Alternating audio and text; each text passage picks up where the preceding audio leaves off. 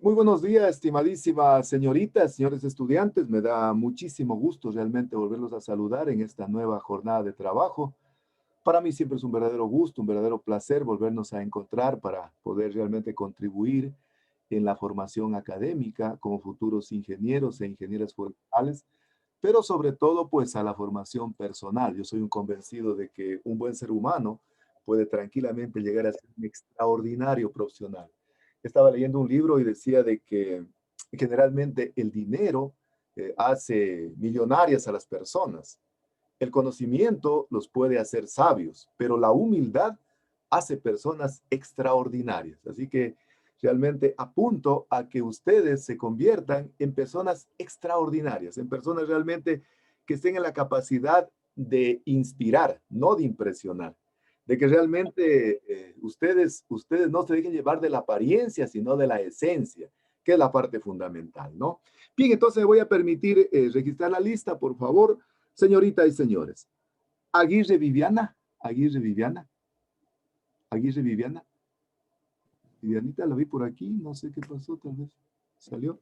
Aguirre Viviana sí estuvo por acá ya. Alvarado Yajaira. Presente, ingeniero. Otra Yajairita, buenos días, bienvenida, gusto saludarla, la primerita que llegó al aula, felicitaciones. Bravo Luis, Bravo Luis. Presente, ingeniero. ¿Cómo está, mi estimado Luis? Muy buenos días, qué gusto saludarlo. Buen día. Camacho Jordi, Camacho Jordi. Presente, ingeniero, buenos días. Mi estimado Jordi, buenos días, qué gusto saludarlo, bienvenido. Cartuche David. Presente, ingeniero, buenos días. ¿Cómo está, mi estimado David? Buenos días, qué gusto saludarlo, bienvenido. Celi Laura. Presente, ingeniero, buenos días. Laurita, muy buenos días, qué gusto saludarla, bienvenida. Chamba Patricia. Chamba Patricia. Presente, ingeniero, buenos días. Mi estimada Patricia, buenos días, qué gusto saludarla, bienvenida. Chimbo Edgar. Chimbo Presente, Edgar. ingeniero, buenos ¿Cómo días. está, mi estimado Edgar? Buenos días, bienvenido, qué gusto saludarlo. Cuenca Carmen. Presente, ingeniero. ¿Cómo está, mi estimada Carmen? Buenos días. Qué gusto saludarla, bienvenida. Cueva Joao. Cueva Joao. Presente, ingeniero, buenos ¿Cómo días. está, mi estimado Joao? Buenos días, qué gusto saludarlo, bienvenido. Cueva Eva. Cueva Eva. Buenos días, Inge. ¿Cómo está, mi estimada Eva? Buenos días, bienvenida, qué gusto saludarla. Hurtado Leslie. Hurtado Leslie. Hurtado Leslie. Leslie, buenos días, mi estimada Leslie, ya la vi, qué gusto saludarla, bienvenida. Jiménez Talía. Jiménez Talía. Mi estimada Talía, qué gusto saludarla, buenos días, bienvenida. León Mayra. Presente, ingeniero, buenos días. Hola, Mayrita, buenos días, qué gusto saludarla, bienvenida. Merino Jonathan. Merino Jonathan. Presente, ingeniero. ¿Cómo está, mi estimado? Buenos días, bienvenido, qué gusto saludarlo. Ochoa Luis. Ochoa Luis. Presente. ¿Cómo está, mi estimado Luis? Buenos días, qué gusto saludarlo, bienvenido. Robles Ana. Robles Ana. ¿Cómo está, Anita? Presente, ingeniero. Saludarla, buenos días. Romero Fabiola. Presente, Romero. ingeniero, buenos ¿Cómo días. está, Fabiolita? Buenos días, qué gusto saludarla, bienvenida. Y Troya Dani. Troya Dani. Buenos días, ingeniero. Muy bien. Presente. Buenos días, Dani, qué gusto saludarlo, bienvenido también, ¿no? Que no Muy bien. pude contestar la lista porque no escuché, es que mi internet es malito. Sí, tranquila, Vivianita, no se preocupe. Inge, yo tampoco, pero sí estoy. Sí, tranquilos, no se preocupen, tranquilos, no se Perdón. preocupen, ya están presentes. Ya, gracias, todos, ¿no? No se preocupen, tranquilos. Bien, una vez más les reitero la más cordial bienvenida a esta nueva actividad académica que está prevista para el día de hoy, así que vamos a tratar de ver si podemos cumplir con toda la planificación que hemos trazado para el día de hoy. Bien, vamos a revisar primero la planificación de la asignatura, ¿no? En primer lugar, vamos a revisar un poquito las preguntas que quedan formuladas con la finalidad de poder entablar un poco la discusión, la conversación e iniciar la clase de una manera dinámica, de una manera motivacional. No se olviden que decíamos de que un estudiante no puede olvidar tres cosas fundamentales que eran la atención, la motivación y la emoción. En el momento que perdemos esa capacidad de emocionarnos, en el momento que perdemos esa capacidad de asombrarnos, definitivamente nos estamos volviendo en seres humanos totalmente automatizados, totalmente materialistas, y yo creo que es de fundamental importancia, ¿no? Entonces vamos a revisar las preguntas que quedaron formuladas. Ya le voy a rogar a Jordi que me haga el favor de decirme las preguntas, y luego de eso vamos a continuar en el avance de los contenidos para seguir realmente avanzando en el análisis del sílabo. Y para la próxima clase estoy planificando, en cambio vamos a hacer un trabajo de investigación bibliográfica en diferentes temas que estoy preparando para poder trabajar y de esa manera profundizar en el análisis. Yo soy un convencido de que los estudiantes no deben prepararse para los exámenes, sino para la vida profesional. Paulo Freire dice de que el estudiante no tiene que estar pensando en aprobar, sino en entender, en comprender. Y a mí de manera particular me gusta que mis estudiantes realmente se empoderen del conocimiento y para eso, bueno, busco diferentes metodologías para que los estudiantes puedan realmente empoderarse de los contenidos, articulando diferentes metodologías de trabajo, ¿no? Así es, por ejemplo, el glosario. ¿Cuántos términos tienen a propósito en el glosario? ¿Eh? ¿Cuántos términos tienen en el glosario? Yo tengo 91. 91, vamos bien, ¿ah? Vamos bien. De tal manera que si Diosito así lo permite, por allá por el mes ya de febrero, estaremos por bajito 200 términos y de acuerdo a la planificación que yo tengo, generalmente la revisión que hacemos cada clase es muy exigua, muy rápida, porque no hay mucho tiempo, ¿no? Pero estoy planificando unas 2 jornadas de trabajo para revisar de manera pormenorizada y todos los términos, todos deben saber los términos, porque eso significa el grado de apropiación de los resultados de aprendizaje, ¿no? Bien, entonces, Jordi, las preguntas que quedaron formuladas, por favor, tenga la bondad de dar lectura para de inmediato iniciar y luego empezamos ya la clase. Jordi, por favor. Listo. La primera pregunta era qué era una sustancia termolábil y cómo esta se esteriliza, y qué era una sustancia termoestable y cómo esta se esteriliza. Perfecto. Entonces, la primera pregunta está formulada, ¿no? ¿Qué es una sustancia termolábil y cómo se la esteriliza en el laboratorio?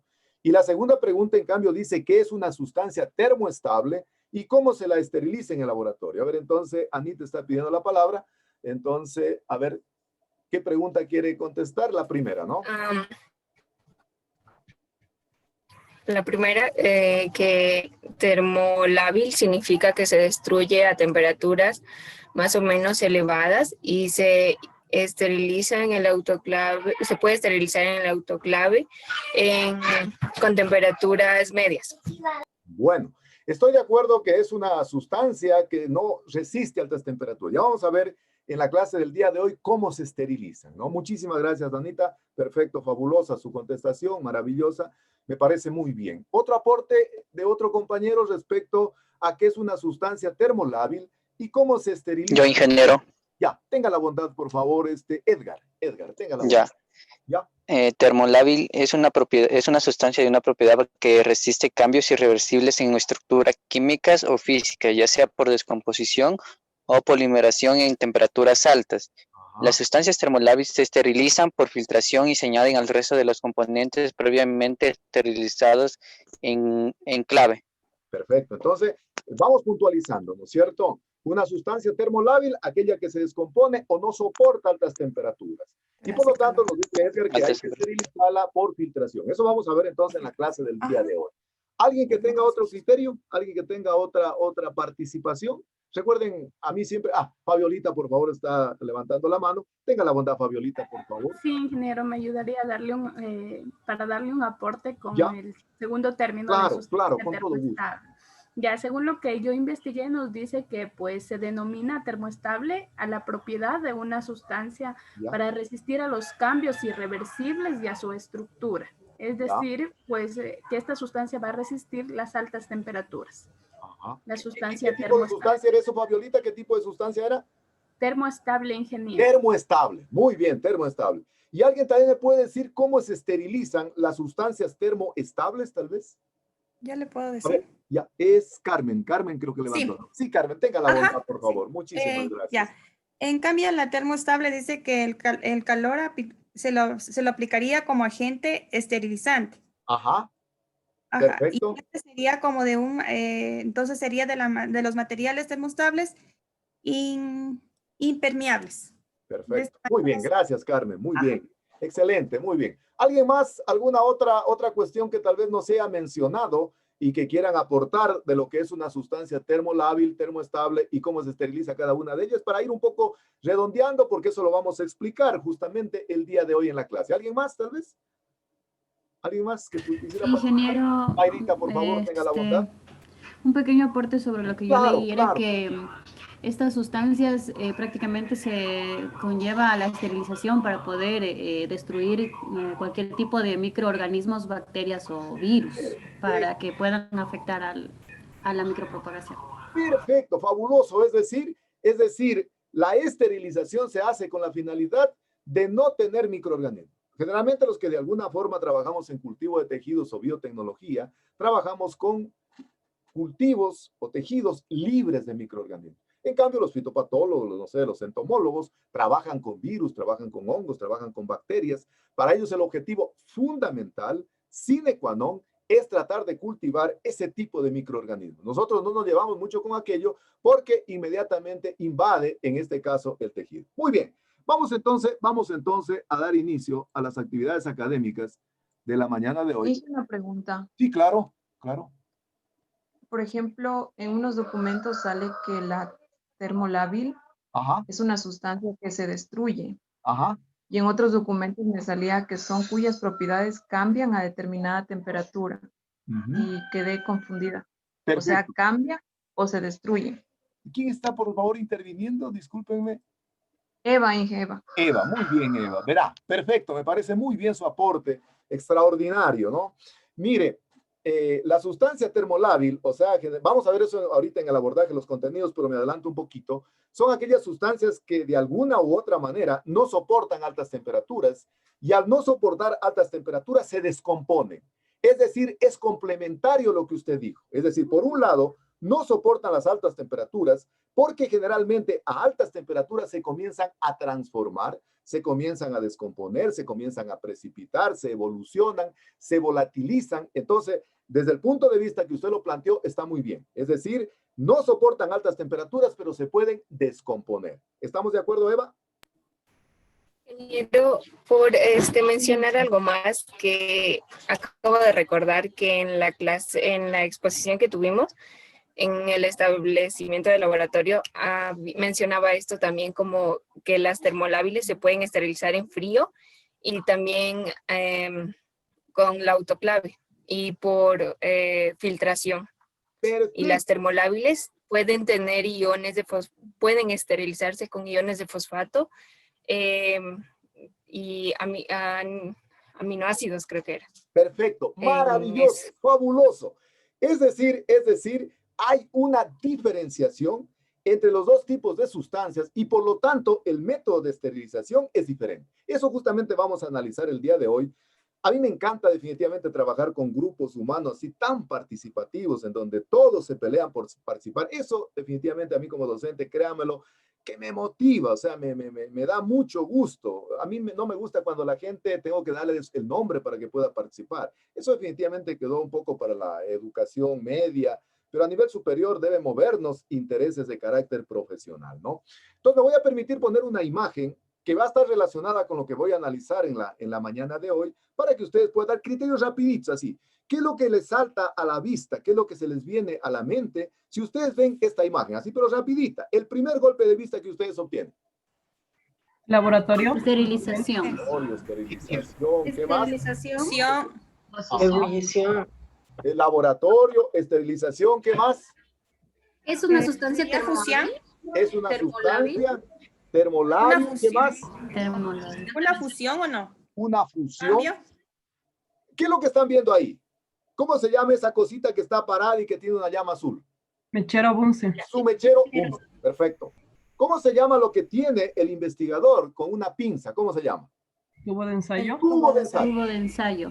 Entonces, si nosotros generalmente flamear, a ver, entonces para el glosario, flamear, ¿no? Es poner en contacto, en este caso el vidrio, con el fuego para poder esterilizar. Poner en contacto el vidrio con el fuego para poder esterilizar, ¿no? Entonces, si yo veo esta imagen, perfecto, fabuloso lo que manifestaron, ¿no? Limpieza, laboratorio, pero sobre todo esterilización. Y eso se hace a nivel de un laboratorio y para eso debemos tener infraestructura, establecimiento de un laboratorio que nos permita cumplir con esa condición importante. Entonces, el éxito del cultivo de tejidos vegetales in vitro radica en las condiciones de asepsia. en las condiciones de limpieza, ya en el preámbulo les decía de que nosotros no nos llevamos con microorganismos, es decir, hay otras investigaciones que necesariamente el objetivo fundamental, el objetivo sine qua non es tratar de trabajar con microorganismos. Por ejemplo, hay una señorita de agronomía que estoy revisando su tesis, ahí es que me han puesto de revisor de una tesis. Ella, por ejemplo, está trabajando con bacterias para poder hacer inoculación en tejido de café. Entonces, para ella, lo más importante es tratar de que la bacteria se pueda inocular en el interior del tejido. Para nosotros, los que de alguna manera trabajamos en cultivo de tejidos, la asepsia es una condición fundamental. Sobre eso, entonces, voy a hablar en la mañana de hoy, ¿no? Para poder un poquito irnos avanzando en lo que tiene que ver con los contenidos. Siempre me darán un comprendido, por favor, si están observando la lámina. ¿Sí están observando, por favor? Sí, se ve. Perfecto. Sí se ven. Perfecto, muchísimas gracias por la confirmación, ¿no? Ingeniero, sí, claro. ¿me puedes repetir el nombre de...? Flamear. Poner en contacto el vidrio con el fuego para eliminar microorganismos. Poner en contacto el vidrio con el fuego para eliminar microorganismos. Entonces, ya, eso es flamear. ¿Estamos de acuerdo? Sí. Ya. Sí, gracias. Les decía de que les quería contar de que el día de ayer yo generalmente doy clases de proyectos de investigación a las señoritas, señores estudiantes de noveno ciclo, y el día de ayer les quedó una tarea fuerte, que es definir para la siguiente clase cuál puede ser su proyecto de investigación, el objetivo general y los objetivos específicos, que les va a permitir, posiblemente en un futuro no muy lejano ya, optar por el título de ingeniero e ingeniera forestal. Y bueno, con una señorita estamos trabajando en un trabajo de investigación que posiblemente vayamos a ejecutar. Y justamente estábamos hablando lo que voy a hablar ahorita, las características del cultivo de tejidos vegetales. Entonces, ella tiene interés de trabajar en orquídeas. Entonces me decía, vea, ingeniero, dice, yo tengo toda la vida, ha sido mi interés trabajar en orquídeas. Yo me acuerdo cuando alguna vez usted nos dio biología, creo que en primer ciclo me decía, dice, usted hablaba un poco sobre las células. Y yo desde ahí tengo el interés de querer trabajar en orquídeas. Entonces me decía, ingeniero, ¿y qué parte de la orquídea yo podría utilizar?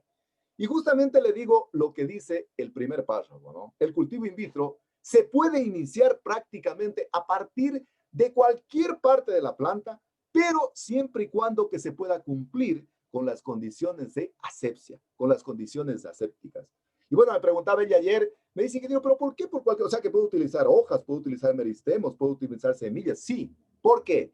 Porque la célula, de acuerdo a lo que dijo Matías Leiden y Theodore Swan, 1838-1839, y luego Virchow lo ratificó diciendo de que la célula es totipotente. Y decíamos que la célula es totipotente porque está en la capacidad regenerativa de formar un individuo completo. Entonces, una de las características fundamentales es entonces que el cultivo de tejidos vegetales se puede prácticamente iniciar a partir de cualquier tejido vivo. Lógicamente que vamos a ir viendo a lo largo de la asignatura que tiene algunas condicionantes, ¿no? A medida que el tejido envejece, disminuye las posibilidades de proliferación. A medida que el tejido se vuelve mucho más joven, aumentan las posibilidades de proliferación, pero son diferentes condicionantes que presenta el tejido. Y lógicamente este tipo de estudios ha servido de base para una cantidad de estudios biológicos, microbiológicos, en la parte de la genética, que es de fundamental importancia. La semana pasada expuso una tesista de mi proyecto, su trabajo de investigación, y ella trabajó en cayogénesis en Cinchona. Y entonces la base de ese trabajo es para poder continuar en el mejoramiento genético de la especie. Es decir, prácticamente los estudios básicos son de fundamental importancia para iniciar estudios posteriores utilizando tejidos vegetales. Pero básicamente, entonces me preguntaba la señorita ayer, me decía, ingeniero, pero yo quisiera utilizar semillas, ¿no? O yo quisiera utilizar meristemos, o yo quisiera utilizar un explante de hoja. Entonces, básicamente, la totipotencia de los tejidos está influenciada por dos factores fundamentales. Es decir, cuando hacemos cultivo de tejidos vegetales, es de fundamental importancia conocer dos principios fundamentales. Primero, es necesario aislar un fragmento de tejido. Ese fragmento de tejido generalmente se lo aísla de una planta donadora. Esa planta donadora, de acuerdo a lo que hemos venido estudiando, es preferible que tenga características feno- y genotípicas sobresalientes. Porque a medida que yo utilizo células somáticas, decíamos que las células somáticas son células que tienen la información genética completa. Entonces, El primer principio fundamental, aislar un fragmento. Entonces ella me decía, ingeniero, ¿sabe que yo quiero trabajar con semillas? Ese fragmento que ella va a utilizar se conoce con el nombre de explante. Entonces, aislamos el primer fragmento. El segundo principio fundamental, que es para poder iniciar el cultivo de tejidos vegetales, es considerar el medio ambiente apropiado para que ese tejido, para que ese explante pueda expresar dos tipos de respuestas. O responder a sus características intrínsecas o responder a sus características inducidas. ¿Qué quiere decir aquello? ¿Qué dicen ustedes? Parece que en el glosario ya está intrínseco. Y si no está intrínseco, pongámoslo por lo. ¿Qué era intrínseco? A ver. Siempre en el glosario lo estamos aplicando, ¿verdad? Conmigo la interacción es permanente. ¿Qué era intrínseco? ¿O no está en el glosario? Interno a un tejido. Interno a un tejido. ¿Y inducido qué era? ¿Qué era inducido? Acelerar, promover, pero de forma externa, de forma hacer que ocurra. Artificial, ¿no es cierto? Entonces, si yo aíslo un fragmento de tejido, y a ese fragmento de tejido realmente yo le proporciono un medio ambiente adecuado, un medio de cultivo adecuado, debo esperar de ese plante dos tipos de respuesta. O que responda a sus características intrínsecas o que responda a sus características inducidas. ¿A qué se refiere aquello? Cuando hablo de las características intrínsecas, se refiere a las reservas internas que lleva el tejido.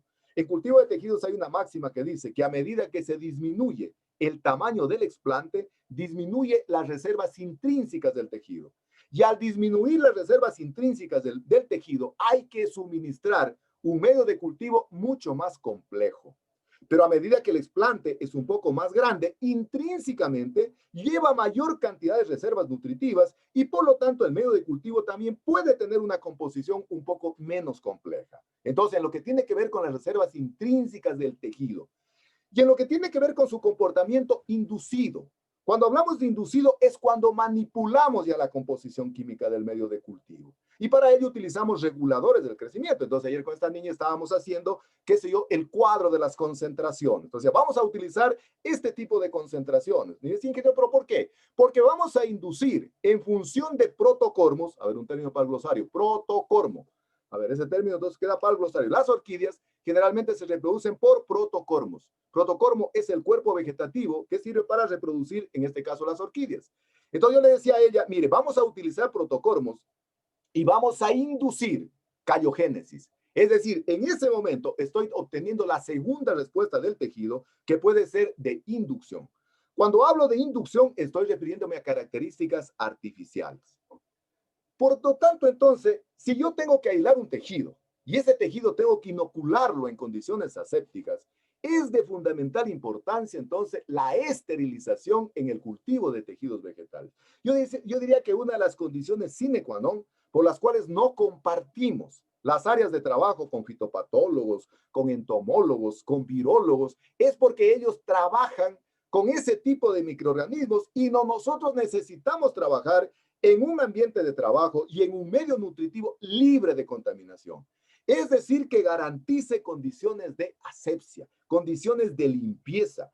Las condiciones sine qua non para hacer cultivo de tejidos vegetales es de fundamental importancia la asepsia. Entonces le decía a ella, mire, ahorita vamos a estructurar el proyecto, pero cuando usted ya tenga que ejecutarlo, va a tener que ejercitarse un poco, va a tener que buscar una experticia para tratar de garantizar condiciones de asepsia. Entonces, la primera característica fundamental, entonces, para poder hacer cultivo de tejidos vegetales es tratar de mantener el explante sin contaminación y para ello necesitamos, entonces, hacer condiciones de asepsia, generar condiciones asépticas en donde prácticamente el tejido no se nos contamine.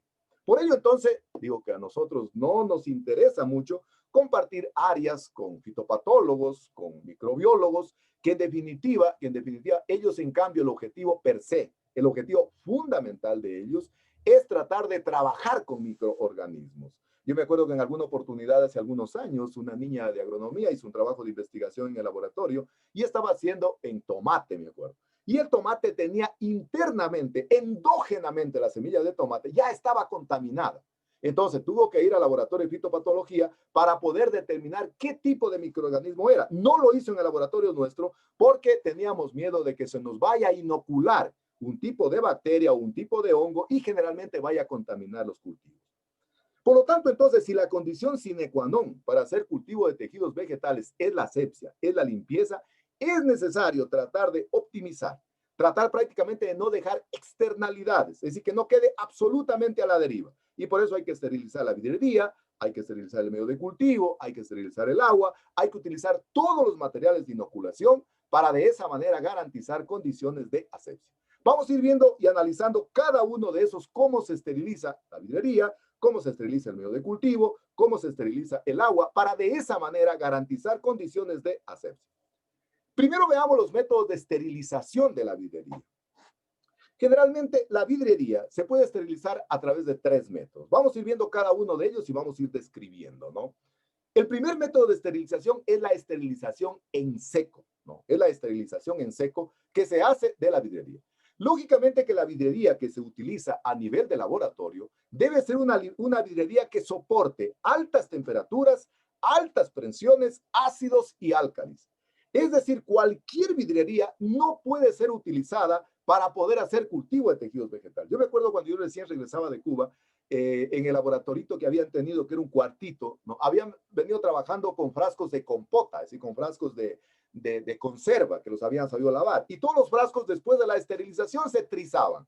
Entonces yo le digo, mire, con eso no se puede trabajar. O sea, si queremos trabajar profesionalmente, no podemos trabajar con ese tipo de frascos. Necesitamos un material garantizado que puede ser a nivel de Pyrex, a nivel de Simax, es decir, que tenga la capacidad de poder soportar altas temperaturas, altas presiones, ácidos y álcalis. Y el método de esterilización en seco de la vidriería consiste en hacer la esterilización en una estufa o en un horno y combina altas temperaturas con diferentes tiempos de exposición. Es decir, existe una relación inversa entre lo que es las altas temperaturas y el tiempo de exposición de la vidriería. Entonces, primero nos aseguramos de que la vidriería sea resistente entonces a soportar altas temperaturas, ácidos y álcalis. Y digo que se establece una relación inversa entre la temperatura y el tiempo de exposición de la vidriería. ¿Qué significa aquello? Significa que a medida que se incrementa la temperatura en este caso, de la estufa, debe disminuir el tiempo de la exposición. Por ejemplo, si yo empiezo con 121 grados centígrados, puedo dar de 15 a 20 minutos. Pero a medida que se incrementa la temperatura, voy disminuyendo el tiempo de la esterilización.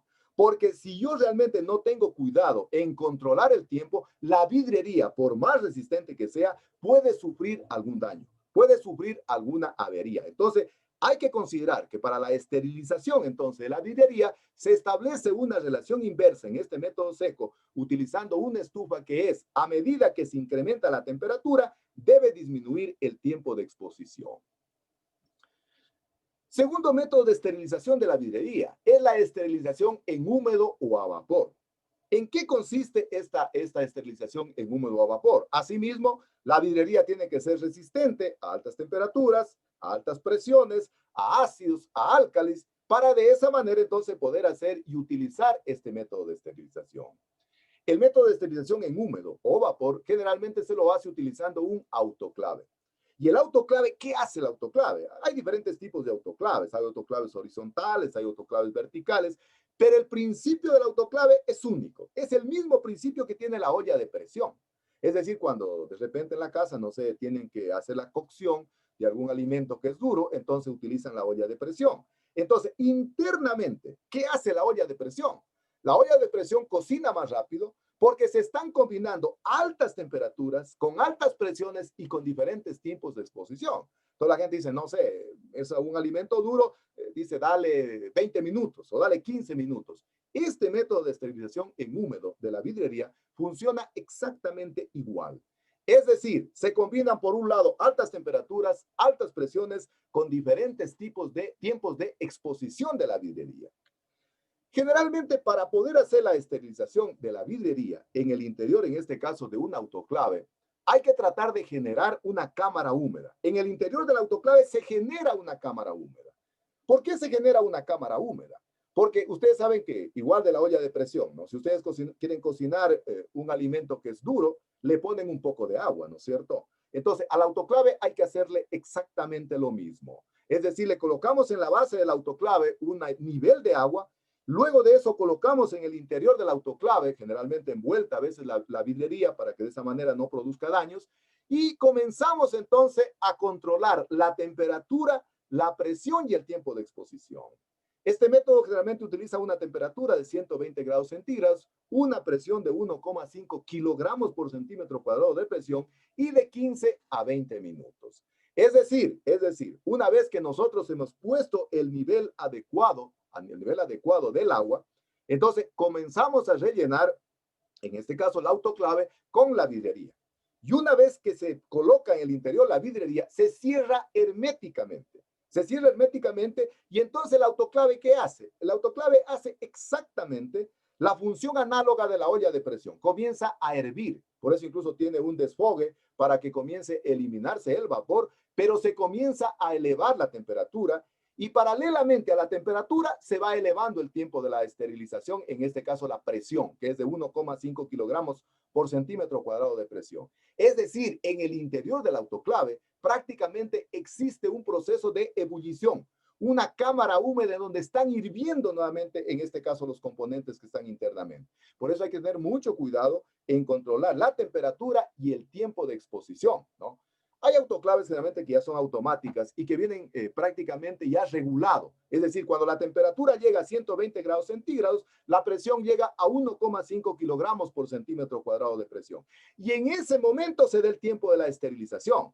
La autoclave generalmente tiene un cronómetro en donde se le pone el tiempo, 15 a 20 minutos. Entonces el autoclave, una vez que llega a 120 grados centígrados, 1,5 kilogramos por centímetro cuadrado de presión, en ese momento se marca el tiempo de la esterilización, es decir, 15 o 20 minutos. Y una vez que llegue el tiempo de la esterilización, automáticamente la autoclave se apaga. Pero internamente, recuerden ustedes, igual que la olla de presión, si le quitamos, no sé, ese taponcito de arriba, puede producir algún accidente. Igual, hay que esperar que la autoclave prácticamente se enfríe y luego, como la vidrería estuvo sometida en el interior en este caso del autoclave, a una cámara húmeda, es necesario permitirle secar. Y lógicamente, para poder eliminar ese rocío que queda impregnado en las paredes del vidrio y que puede inducir contaminación, entonces a veces es necesario combinar con una esterilización en seco, en este caso en la estufa, para que se venga a eliminar ese tipo de trazas de agua que quedan adheridas al vidrio. Entonces, el segundo método de esterilización es la esterilización en húmedo o a vapor, utilizando entonces un autoclave. El primero era en seco, utilizando en cambio una estufa. Y tenemos un tercer método de esterilización de la vidrería. Recuerden que estamos viendo recién los métodos de esterilización de la vidrería. La vidrería también se puede esterilizar a través de la esterilización que puede ser en alcohol o etanol. Este tipo de esterilización en alcohol o etanol generalmente es una esterilización en frío. Es decir, es una esterilización generalmente que se la utiliza empleando el alcohol o el etanol. ¿Cómo se procede?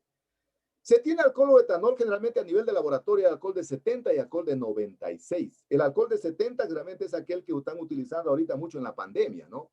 Pero el alcohol de 96 es un alcohol altamente concentrado y la diferencia es de que mientras el alcohol de 70 deja una estela de agua cuando uno, qué sé yo, desinfecta una superficie, el de 96 deshidrata totalmente. Es decir, tiene una concentración mucho mayor. Entonces, en un recipiente se coloca el alcohol o el etanol y luego se procede a sumergir entonces la vidrería y luego entonces se comienza a flamear, ¿no? Se la puede sumergir incluso en etanol que puede ser del 70 o el 80% y entonces aquí viene lo que decíamos, el flameo. Lo que vimos antes en la imagen introductoria. Y decíamos que flamear es poner en contacto, en este caso, el vidrio con el fuego para eliminar microorganismos. Y generalmente se utilizan mecheros de Bunsen para de esa manera entonces realizar la esterilización. ¿En qué condiciones se hace este método de esterilización? Este método de esterilización se hace generalmente en lugares en donde la humedad relativa del ambiente es muy baja. ¿Qué es la humedad relativa? A ver, ¿quién me dice qué es la humedad relativa? ¿Qué es la humedad relativa? ¿Qué es la humedad relativa? Supongo ustedes ya siguieron meteorología o no todavía. Creo que no.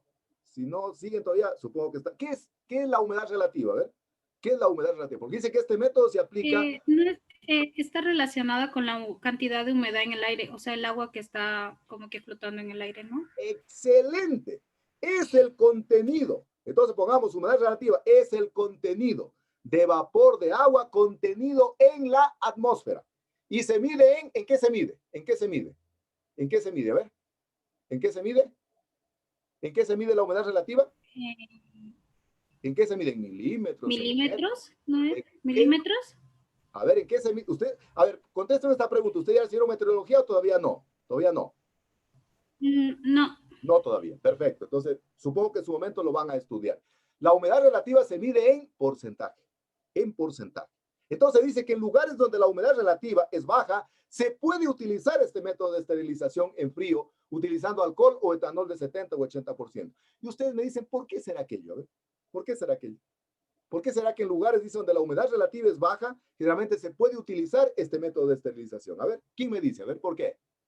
¿Por qué? Porque habría menos contaminación al sumergirlo en el etanol. Muy bien. Porque hay menos riesgos de contaminación, especialmente por microorganismos, por bacterias, por virus, por hongos, etcétera, etcétera. Pongamos un ejemplo. A ver, dígame, Jonathan Merino. En Catamayo, ¿cuál es la humedad relativa? ¿Cuál es la humedad relativa de Catamayo? La verdad no conozco, ingeniero, pero sí creo que es bastante baja. A ver, los de Loja de acá, de Loja. ¿Cuánto es la humedad relativa de Loja? De Loja, ¿cuánto es la humedad relativa? La humedad relativa de Loja.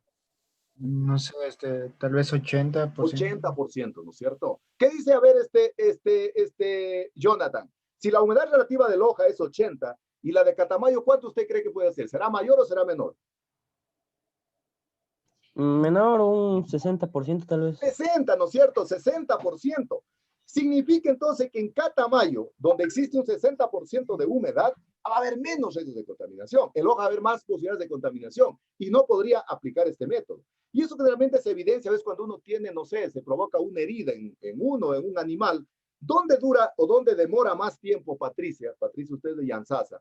¿Dónde cree usted que demorará más en cicatrizar una herida de un animal? Hablemos, no sé, de un animal.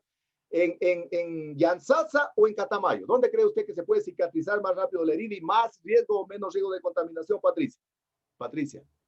Yo creo que se puede cicatrizar más rápido en Catamayo, porque acá en el oriente es más húmedo, entonces hace que la herida se infecte más por la humedad. Excelente, Patricia, maravilloso, fabuloso, claro. Entonces pasa exactamente igual con la vidrería. Es decir, si yo tengo un laboratorio de micropropagación en Catamayo o en Macará, la humedad relativa es baja y por lo tanto entonces podría esterilizarla con este método de etanol, con este método de alcohol. Es decir, podría utilizar aquello.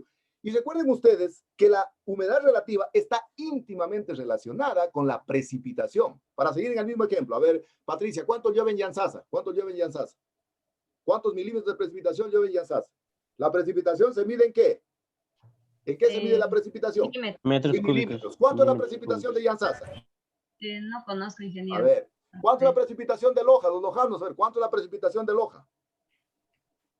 ¿Cuánto es la precipitación de Catamayo? En Zamora, 861 milímetros. Más puede ser. Más, un poquito más. ¿Y la de Loja, cuánto? ¿Cuánto la de Loja?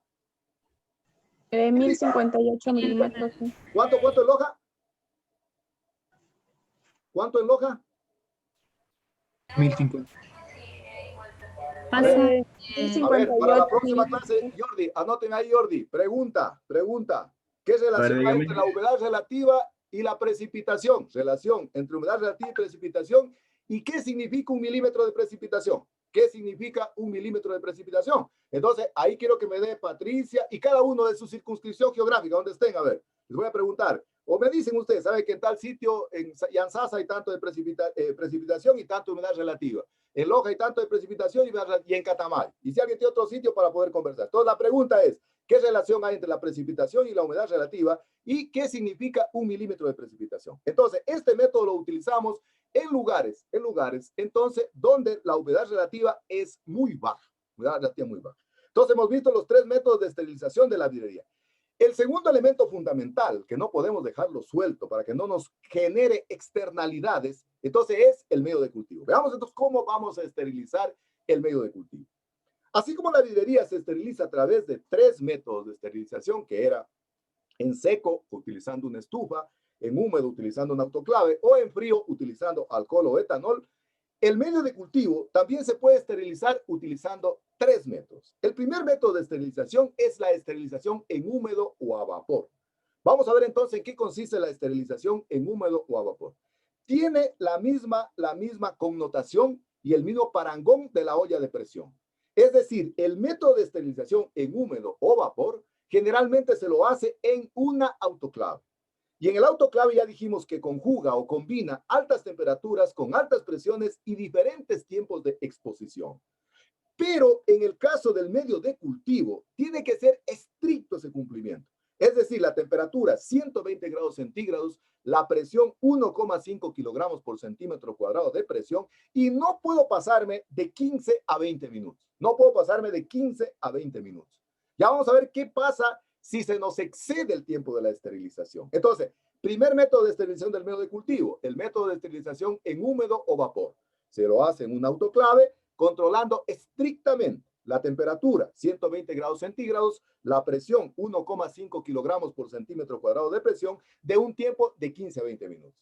Yo recuerdo una de las primeras anécdotas que me pasó y que realmente pagué piso en Cuba, era que la primera vez que preparé un medio de cultivo, yo no sabía que la autoclave era automática, o sea, no era automática, había que controlar el tiempo de la esterilización y había que controlarlo con un cronómetro externo.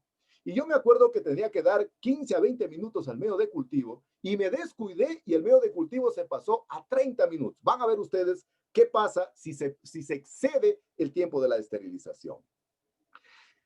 Y es necesario aquí tomar en cuenta algunos elementos que son de fundamental importancia. En primer lugar, el volumen del medio de cultivo, es decir, la cantidad de medio de cultivo que yo voy a colocar en el interior del autoclave. ¿Cómo se hace la esterilización en el autoclave? Al igual que en el caso anterior, al igual que lo que decimos de la olla de presión, colocamos una base de agua en la base del autoclave, luego vamos colocando en el interior los medios de cultivo, colocamos que son los medios de cultivo y luego cerramos herméticamente. Una vez que cerramos herméticamente, prendemos el autoclave y el autoclave comienza a subir paralelamente la temperatura y la presión. Y cuando llegue entonces a 120 grados centígrados, 1,5 kilogramos por centímetro cuadrado de presión, en ese momento se marca el tiempo de la esterilización. Por ello es importante no colocar mucho volumen de medio de cultivo. Es decir, no colocar, por ejemplo, un Erlenmeyer de 500 mililitros. ¿Por qué? Porque va a haber menos transferencia de calor. Es mejor distribuir el medio de cultivo en pequeños volúmenes en varios recipientes. Por ejemplo, en tubos de ensayo, en frascos de vidrio que pueden tener 20 a 30 mililitros de medio de cultivo, porque el medio de cultivo en el interior del autoclave nuevamente comienza a hervir, nuevamente comienza a evolucionar. Y si comienza a hervir, entonces existe mayor o menor intercambio de calor en función del volumen que tiene el medio de cultivo. Por ejemplo, si uno, no sé, coloca en el interior, por ejemplo, los que trabajan mucho en bacteriología, hacen los medios de cultivo generalmente en Erlenmeyers, ¿no? En matraces de vidrio. Y ponen a veces 500 mililitros de medio de cultivo. A ellos no les interesa que el medio de cultivo quede bien esterilizado. Antes, por el contrario, les interesa que en ese medio de cultivo exista una explosión bacteriana. Y a veces lo dejan a propósito. A nosotros nos interesa que exista un mayor intercambio de calor. Es decir, que el medio de cultivo sea distribuido en varios recipientes, en pequeños volúmenes, para que de esa manera quede mejor esterilizado. Existe una relación directa, entonces acá, miren, entre lo que es el tiempo de esterilización y el volumen, ¿no? Es decir, a medida que se incrementa el volumen del medio de cultivo en el interior del vidrio, se debe incrementar el tiempo de la esterilización. Es decir, por ejemplo, si yo pongo, no sé, en un tubo de ensayo, en un frasco de vidrio, de 20 a 50 mililitros de medio de cultivo, hablemos de MS. ¿Qué quería decir MS? ¿Qué quería decir MS? Glosario, ¿qué quería decir MS? MS, ¿qué quería decir? MS, ¿qué quería decir? Medio de cultivo de Murashige-Isku. Medio de cultivo de Murashige-Isku. No son dos japoneses que patentaron el medio de cultivo. Si yo tengo de 20 a 50 mililitros de medio de cultivo, yo tranquilamente podría dar 15 minutos, ¿no? Pero si tengo realmente, no sé, más allá de 500, tengo 1000 mililitros de medio de cultivo, generalmente yo puedo dar 30 minutos o puedo dar, qué sé yo, mayor tiempo de esterilización. Es decir, se incrementa el tiempo de esterilización a medida que se incrementa también el volumen. Por eso decimos que existe una relación muy cercana entre lo que es, en este caso, el volumen del medio de cultivo y, en este caso, el tiempo de la esterilización. A ver, quiero que eso que les voy a decir ahorita, no quiero que lo consulten para la próxima, para que sepan. Quiero que me consulten la relación que existe entre mililitros, centímetros cúbicos, litros, para ver qué relación hay, ¿sí?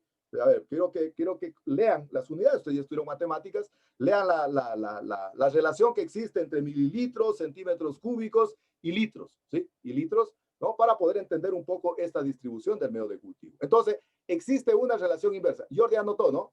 Anotó la relación entre unidades, mililitros, centímetros cúbicos y litros, ¿sí? Para poder entender, entonces, este intercambio de calor. Este método de esterilización en húmedo a vapor, en donde existe alto intercambio de calor, altas temperaturas, altas presiones con diferentes tipos de exposición, se utiliza para esterilizar sustancias termoestables. Entonces, lo que ustedes dijeron en antes, ¿qué es una sustancia termoestable? Una sustancia termoestable generalmente es aquella que soporta altas temperaturas o que a altas temperaturas generalmente sufre una transformación o una modificación, Eva, que no es muy notoria, que no es muy grande. ¿Por qué? ¿Por qué se utiliza para esterilizar sustancias termoestables? Porque decíamos que en el interior del autoclave los medios de cultivo están hirviendo, están evolucionando y por lo tanto entonces necesitamos de que las sustancias sean termoestables. Entonces, el método de esterilización en húmedo o a vapor del medio de cultivo se utiliza para sustancias termoestables que soportan altas temperaturas o que no se descomponen significativamente a altas temperaturas. Pero de ahí la importancia de controlar estrictamente en el tiempo. Yo a partir de esa lección aprendida, que aprendí en Cuba y que me alaron las orejas porque se desperdició el medio de cultivo, se destruyó, yo entendí que es de fundamental importancia cuando se hace la esterilización del medio de cultivo por el método en húmedo, controlar estrictamente el tiempo y la exposición en el autoclave.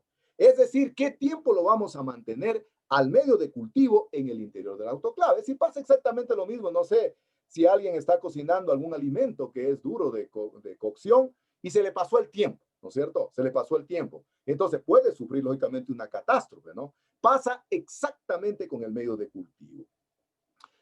¿Qué pasa después de la esterilización? Esta es una cuestión que es importantísima considerarla en investigación. Generalmente el pH óptimo del medio de cultivo está entre 5,5 a 7.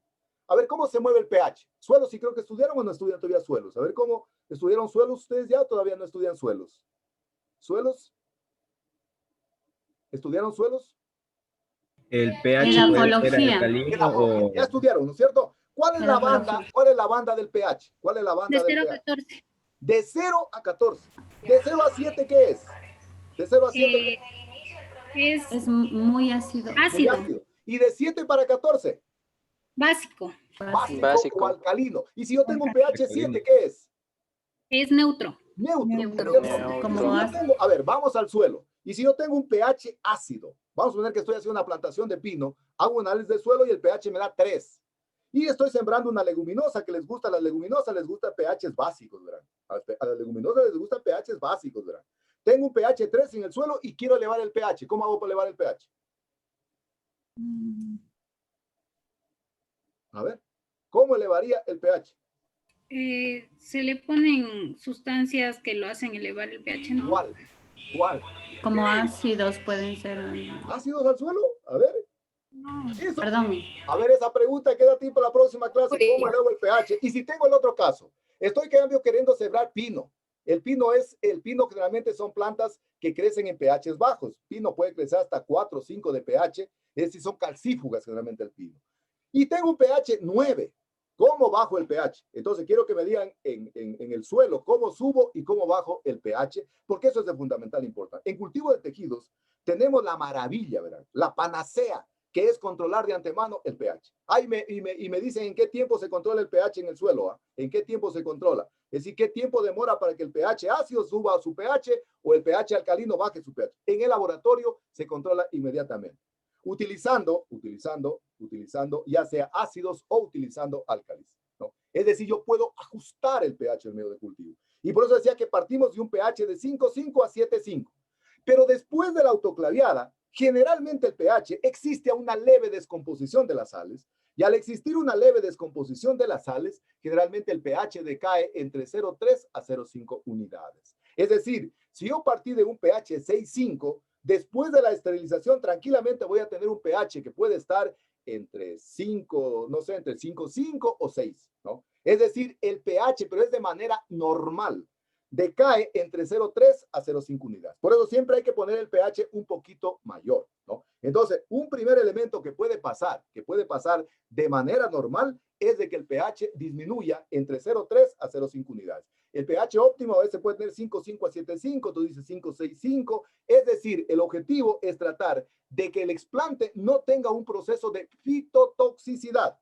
Fitotoxicidad. A ver, entonces anotemos para el glosario. Fitotoxicidad, toxicidad elevada para los tejidos. Una toxicidad elevada, en este caso en el medio de cultivo, para los tejidos. Toxicidad elevada, bueno, fitoplanta, toxicidad elevada para los tejidos. Pero ¿qué es lo que pasa? ¿Qué es lo que pasa si a mí se me excede el tiempo de la esterilización? Lo que me pasó a mí en Cuba, ¿no? Y que me alaron las orejas, ¿no?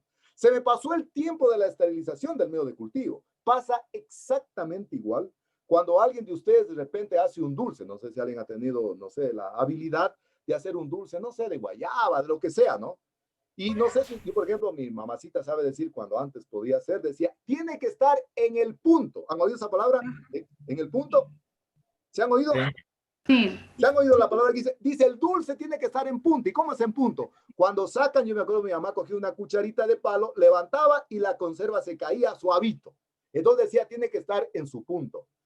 ¿Y qué pasa si se pasa de su punto? Si se pasa de su punto, la conserva de guayaba, de conserva la que sea, ¿no es cierto? Se endura. Se endura. Muy bien, qué lindo trabajar con ustedes. Me encanta trabajar con ustedes. Se endura. Ese endurecimiento sufre exactamente el medio de cultivo, pero lo llamamos caramelizar el medio de cultivo. Es decir, el medio de cultivo se comienza prácticamente a partir, se comienza como que el suelo, verán, por falta de humedad. ¿Por qué? Porque se evaporó el mayor porcentaje que tiene el medio de cultivo, que es el agua. El 95%, vamos a ver más adelante, que el 95% del medio de cultivo es agua.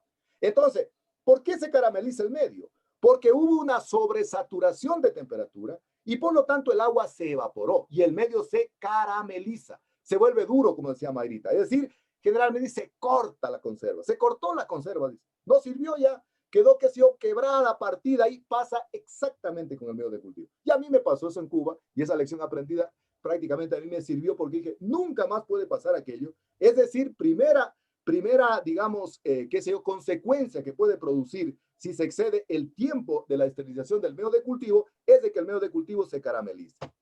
Segundo, el pH del medio de cultivo, que generalmente puede estar entre 5,5 a 6,5, se puede volver muy ácido, muy ácido. Y generalmente puede bajar a pHs que sean inferiores de 4.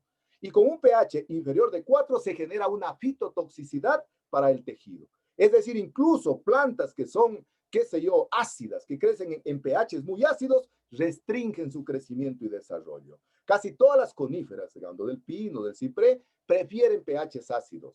Ese tipo de plantas, generalmente cuando se las inocula en un medio de cultivo en donde se ha pasado el tiempo de la esterilización, el pH es muy ácido y por lo tanto puede desencadenar en un fenómeno fitotóxico. Entonces, segunda causa, segunda consecuencia que puede generar si se nos pasa el tiempo de la esterilización. Entonces, el pH se puede disminuir a niveles realmente alarmantes que puede hacerse muy ácido. La otra semana ustedes, como ya van a hablar de aquello, van a entender mucho mejor.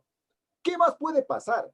Generalmente, en el caso de los carbohidratos, sacarosa, fructosa, maltosa, rabinosa, son compuestos orgánicos. Recuerden ustedes, son compuestos orgánicos que son producto ¿de qué era la sacarosa? ¿Producto de qué? ¿De dónde salía la sacarosa? De la fotosíntesis. De la fotosíntesis, ¿no? Entonces, este tipo de sales, especialmente en el caso de los carbohidratos, la sacarosa, si se pasa el tiempo de la esterilización, sabemos también que se va a pasar la temperatura y la presión. Y por lo tanto pueden transformarse, pueden realmente convertirse en otro tipo de compuesto, como por ejemplo fructuosa. La sacarosa tranquilamente puede pasar de ser sacarosa a ser fructuosa. Y al volverse fructuosa, la fructosa prácticamente es inasimilable y tóxica para el explante. Entonces, otra consecuencia que puede pasar realmente en el medio de cultivo si se nos pasa el tiempo de la esterilización. Yo le decía a mi tutor en Cuba, oye, pero usemos, no sirve, dijo, no sirve, eso ya no sirve. Eso definitivamente ya no sirve, o sea, ya se dañó el medio de cultivo. Las sales se pueden volatilizar o se pueden evaporar por un exceso de temperatura. Entonces, puede hacer que las sales se volatilicen, se pierdan. Es decir, prácticamente con el exceso de temperatura existe un mayor proceso de que la sal prácticamente se pueda evaporar, se puede perder, o puede producir el efecto contrario. Es decir, que la sal se pueda saturar, se pueda precipitar, es decir, se ubique en la base del explante, en la base del tubo, en la base del frasco y se vuelva inasimilable para el explante. Entonces, miren las consecuencias que tiene el que se me pase el tiempo de la esterilización. Eso me pasó a mí, eso realmente yo pagué derecho de piso y lógicamente tuve que ser regañado porque se gastó medio de cultivo. Y el medio de cultivo de alguna manera tiene algún costo económico. Entonces, en lo que tiene que ver con que se me pase el tiempo de la esterilización, entonces tiene algunas consecuencias relacionadas entonces con la destrucción del medio de cultivo. Miren, el medio de cultivo es mucho más preferible utilizar para su esterilización un autoclave. Y el autoclave se facilita por algunas razones. Primero, auto viene de por sí mismo, ¿no? Es decir, lo único que yo tengo que hacer es colocar el agua en la base del autoclave, cerrar herméticamente la autoclave, regular la temperatura y la presión. Y automáticamente entonces comienza a trabajar el autoclave. Y es la razón por la cual la operación es muy sencilla, es muy fácil, ¿no? Sí pueden haber algunos cambios pequeños en la composición de las sales, incluso algunos inhibidores. Recuerden lo que era un inhibidor. Un inhibidor es un retardante, ¿no es cierto? Un inhibidor incluso puede quedar inactivado después del autoclaveado. Y es la razón por la cual el método de esterilización en húmedo o a vapor para poder esterilizar los medios de cultivo, el más aconsejable, el más adecuado es utilizando un autoclave en húmedo o a vapor. Siempre y cuando tomando en cuenta las observaciones que hemos ido analizando. Veamos un segundo método de esterilización. El segundo método de esterilización que con muchísima propiedad, ustedes lo analizaron y lo dijeron en la pregunta introductoria, es el método de esterilización en frío o por filtración. Frío o filtración. ¿En qué consiste este método? Este método es un método que se lo hace entonces sin la presencia de calor. Si se lo hace sin la presencia de calor, Eva, entonces se utiliza para las sustancias termolábiles. Y decíamos que las sustancias termolábiles son aquellas que no soportan altas temperaturas o que a altas temperaturas, como decían antes con muchísima propiedad la señorita Eva, se pueden transformar, se pueden cambiar. Entonces, si en el medio de cultivo yo tengo sustancias termolábiles, tengo que esterilizar a través de la utilización de un método de esterilización en frío. Es decir, utilizando, por ejemplo, filtros de acetato de celulosa. Es decir, ¿en qué consiste este método? Consiste en hacer pasar el medio de cultivo a través del filtro de acetato de celulosa, que son poros muy pequeñitos. Incluso hay filtros que pueden tener 0,25 milimicras, ¿no? Entonces, ¿en qué consiste este método? Consiste entonces de que si existen sustancias termolábiles en el medio de cultivo, entonces se hacen pasar a través de estos filtros de acetato de celulosa que tienen un poro muy chiquito. Entonces, la idea es de que en el momento que se hace el proceso del filtrado, generalmente los microorganismos quedan adheridos a la superficie del filtro. Pero lógicamente eso también tiene algunos inconvenientes. Imaginen lo que es filtrar café, ¿no? Filtrar café, imagínense. Imaginen lo que sería filtrar con un poro de 0,25 milimicras, es decir, en un filtro de acetato de celulosa. Por lo tanto, entonces, el proceso es lento. El proceso prácticamente demora mucho tiempo. Y en ese tiempo hay la posibilidad de que el medio de cultivo, al estar en contacto con el ambiente, pueda absorber microorganismos que pueden ser patógenos de carácter aeróbico. ¿Qué será un microorganismo aeróbico? ¿Qué será un microorganismo para el glosario? Aeróbico para el glosario. ¿Qué será microorganismo aeróbico? Que tiene respiración. A ver, ¿qué será un microorganismo aeróbico? Dice que el medio de cultivo corre el riesgo de contaminarse por microorganismos patógenos que están en el ambiente y que yo les digo que se llaman microorganismos aeróbicos. ¿Qué será un microorganismo aeróbico? Ingeniero. Pueden sobrevivir. En el aire para sobrevivir. Necesitan hacer oxígeno, ¿no es cierto? Oxígeno. Entonces, son microorganismos que viven en presencia del oxígeno. viven en presencia del oxígeno. ¿Y cómo se llaman los que en cambio no viven en presencia de oxígeno? Que viven en la materia orgánica, que viven en el suelo. Anaeróbicos. Anaeróbicos. Rosario, organismo aeróbico viven en presencia del oxígeno y anaeróbicos no necesitan de la presencia del oxígeno. Entonces, cuando se hace el proceso de filtración, como el proceso es lento, entonces puede absorber microorganismos aeróbicos que están en el ambiente y automáticamente pueden contaminar el medio de cultivo. Por eso, generalmente, para poder acelerar el proceso de esterilización, se hace a nivel de vacío. Es decir, se saca todo el aire del interior del recipiente donde se está haciendo la esterilización para que de esa manera exista una mayor succión. Es decir, que el líquido que se va, en este caso, a esterilizar, pueda pasar con mayor velocidad. Entonces, una medida para incrementar la velocidad de la esterilización puede ser utilizando la esterilización en vacío. O también, qué sé yo, utilizando jeringas hipodérmicas para inyectar el medio de cultivo y por presión prácticamente pueda pasar más rápido el medio de cultivo y de esa manera minimizar la contaminación ambiental, minimizar la contaminación por microorganismos. Entonces, el segundo método de esterilización de los medios de cultivo es en frío o por filtración y se emplea entonces para esterilizar sustancias que son termolábiles. Tercer método de esterilización que se puede utilizar para esterilizar los medios de cultivo, ¿no? Es el método de esterilización en frío por radiación o irradiación. Este método realmente utiliza ya en laboratorios muy sofisticados porque es un método muy caro, ¿no? Porque utiliza ya radiación. Y recuerden ustedes que la radiación ultravioleta, gamma o infrarroja es una radiación mutagénica. ¿Se acuerdan que era mutagénico? ¿Qué era mutación? ¿Qué era mutación? Produce cambios en nuestro ADN. Alteración de un factor. Alteración de la información genética, ¿no es cierto? Una mutación es una alteración de la información genética. Entonces digo que este método, por un lado, es caro y es peligroso porque generalmente utiliza radiación ultravioleta, infrarroja o gamma o qué sé yo, radiación que es mutagénica. Entonces, a veces hay que tener mucho cuidado con esto. Generalmente nosotros en el cuarto de incubación tenemos un tubo de luz ultravioleta y ese siempre hay que prenderlo con un día de anticipación y no ingresar al interior del cuarto. Y me acuerdo que mi tutor en Cuba decía, cuidado que ingresen al cuarto porque es mutagénica. Y mutagénica tiene diferentes connotaciones. Por ejemplo, de acuerdo a lo que reporta la literatura, por ejemplo, puede provocar tanto en varones y mujeres la esterilidad. Entonces hay que tener mucho cuidado con ese tipo de radiación. Este método de desinfección en frío, utilizando radiación, generalmente se utiliza para sustancias termolábiles, es decir, sustancias generalmente que no soportan el calor.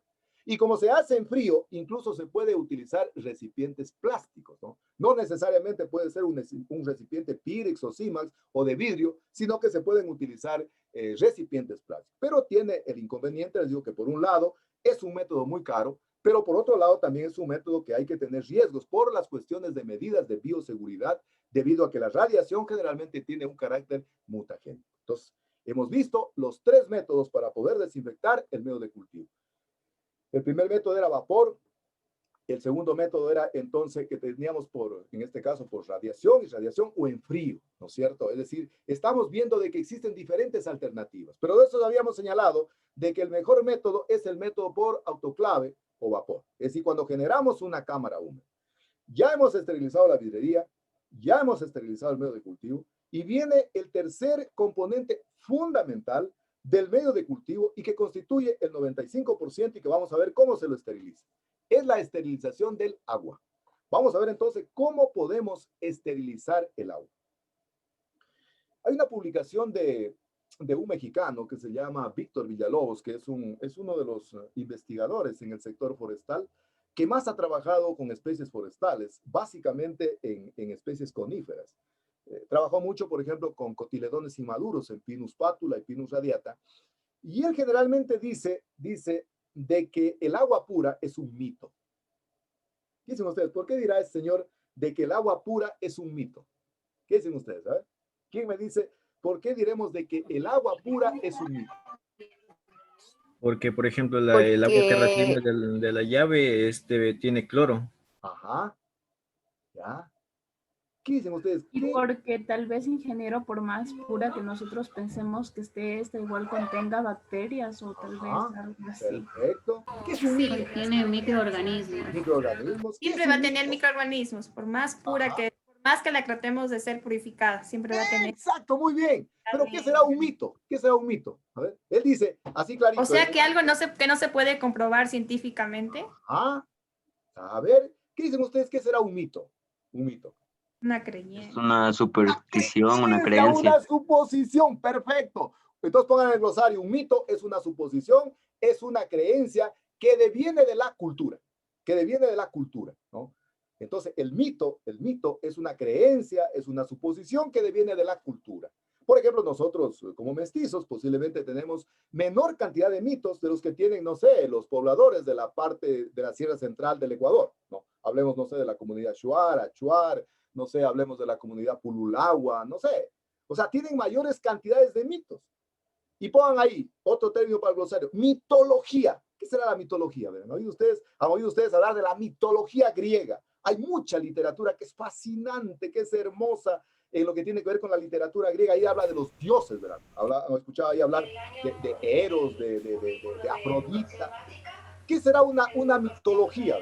Una mitología podría ser la ciencia que estudia todos estos aspectos que se refiere a lo que a los supuestos. Extraordinario, Mayri. La mitología. Puestos cronológicamente. Ajá, perfecto. Muy bien. La mitología es el conjunto de mitos que caracterizan a una cultura. La mitología es el conjunto de mitos que caracterizan a una cultura. Entonces, por ejemplo, en la cultura griega, la mayor parte de la bibliografía desde el punto de vista de las mitologías, han oído ustedes la mitología griega. Habla de Eros, habla de Afrodita, habla de una cantidad de dioses. Entonces, ¿qué será la mitología? ¿Qué dicen ustedes? ¿Qué será la mitología? ¿Será algo real o irreal? Irreal. Es algo irreal. Es algo irreal y que está en nuestro subconsciente, que está en nuestra imaginación, ¿no? Es decir, ¿ustedes creen que hay Eros? ¿Ah? ¿Creen que hay Eros? ¿Saben lo que? No verán que no me estoy refiriendo a otra cosa. Me refiero al dios Eros.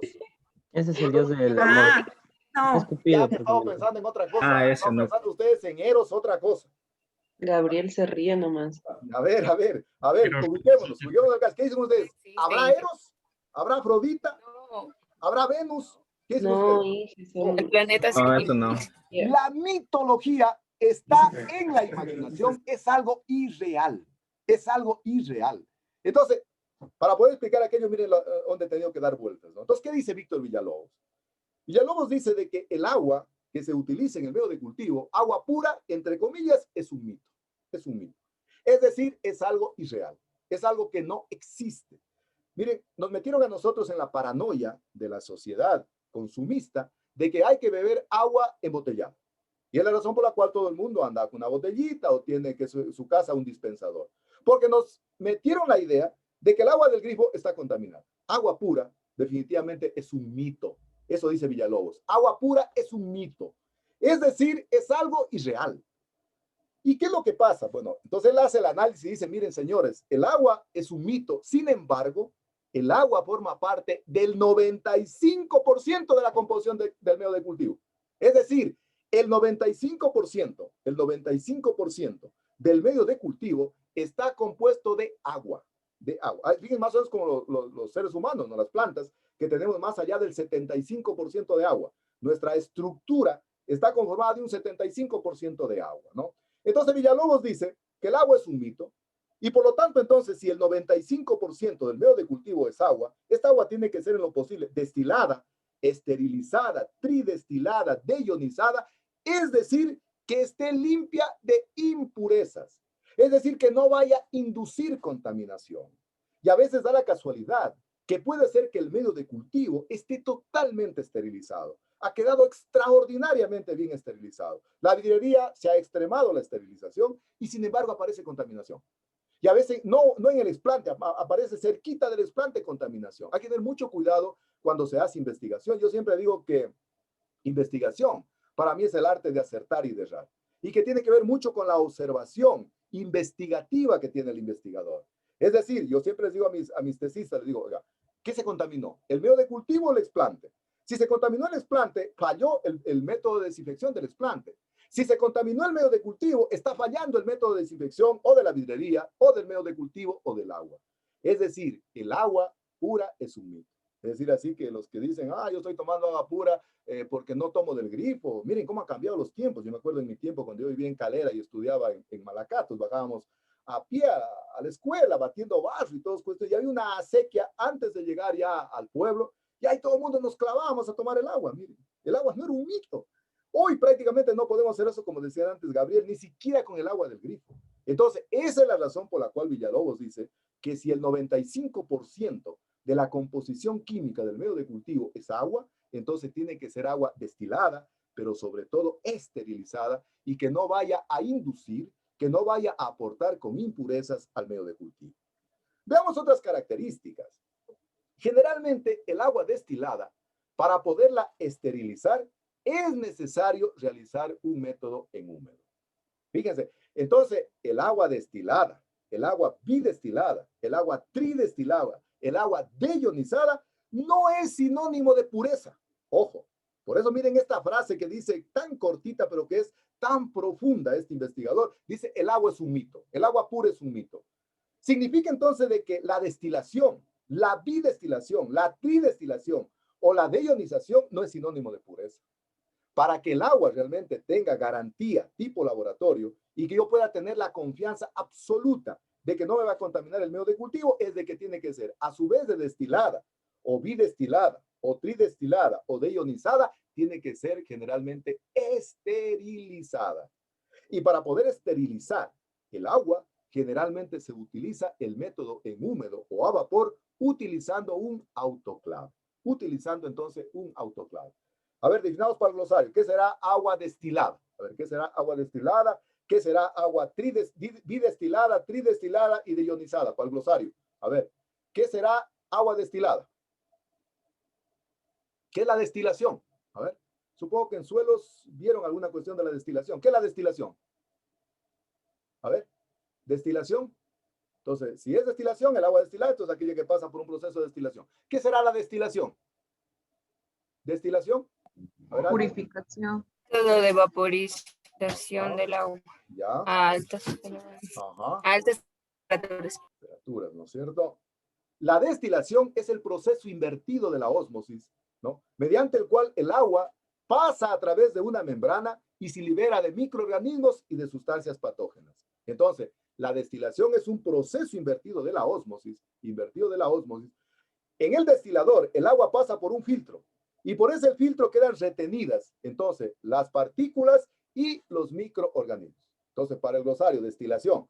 Entonces, proceso mediante el cual, invertido de la ósmosis, el agua pasa por una membrana y quedan retenidas los microorganismos y partículas que son contaminantes, ¿no es cierto?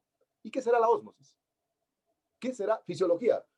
¿Ustedes fisiología sí creo que han estudiado? Todavía no. Fisiología. A ver, fisiología. ¿Qué es la ósmosis? Ósmosis. ¿Qué es la ósmosis? Porque dice que la destilación es el proceso invertido de la ósmosis, es decir, lo contrario a la ósmosis.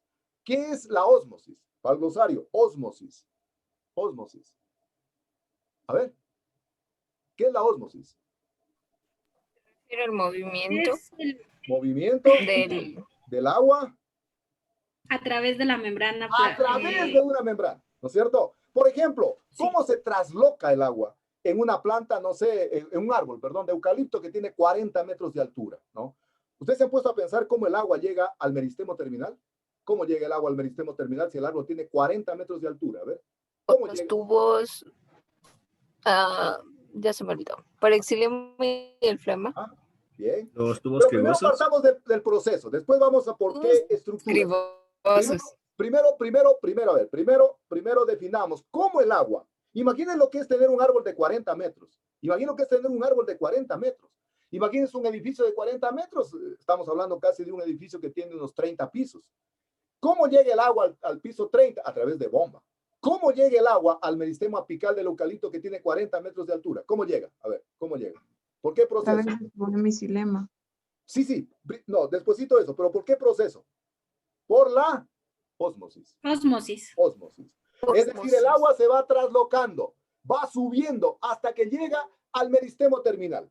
Y es la razón por la cual cuando generalmente se interrumpe la comunicación, entonces en las estructuras, ahora sí vamos a ver las estructuras, lo que es el floema y el xilema. ¿Qué transporta el floema y qué transporta el xilema? A ver. ¿El xilema no es el que transporta el agua?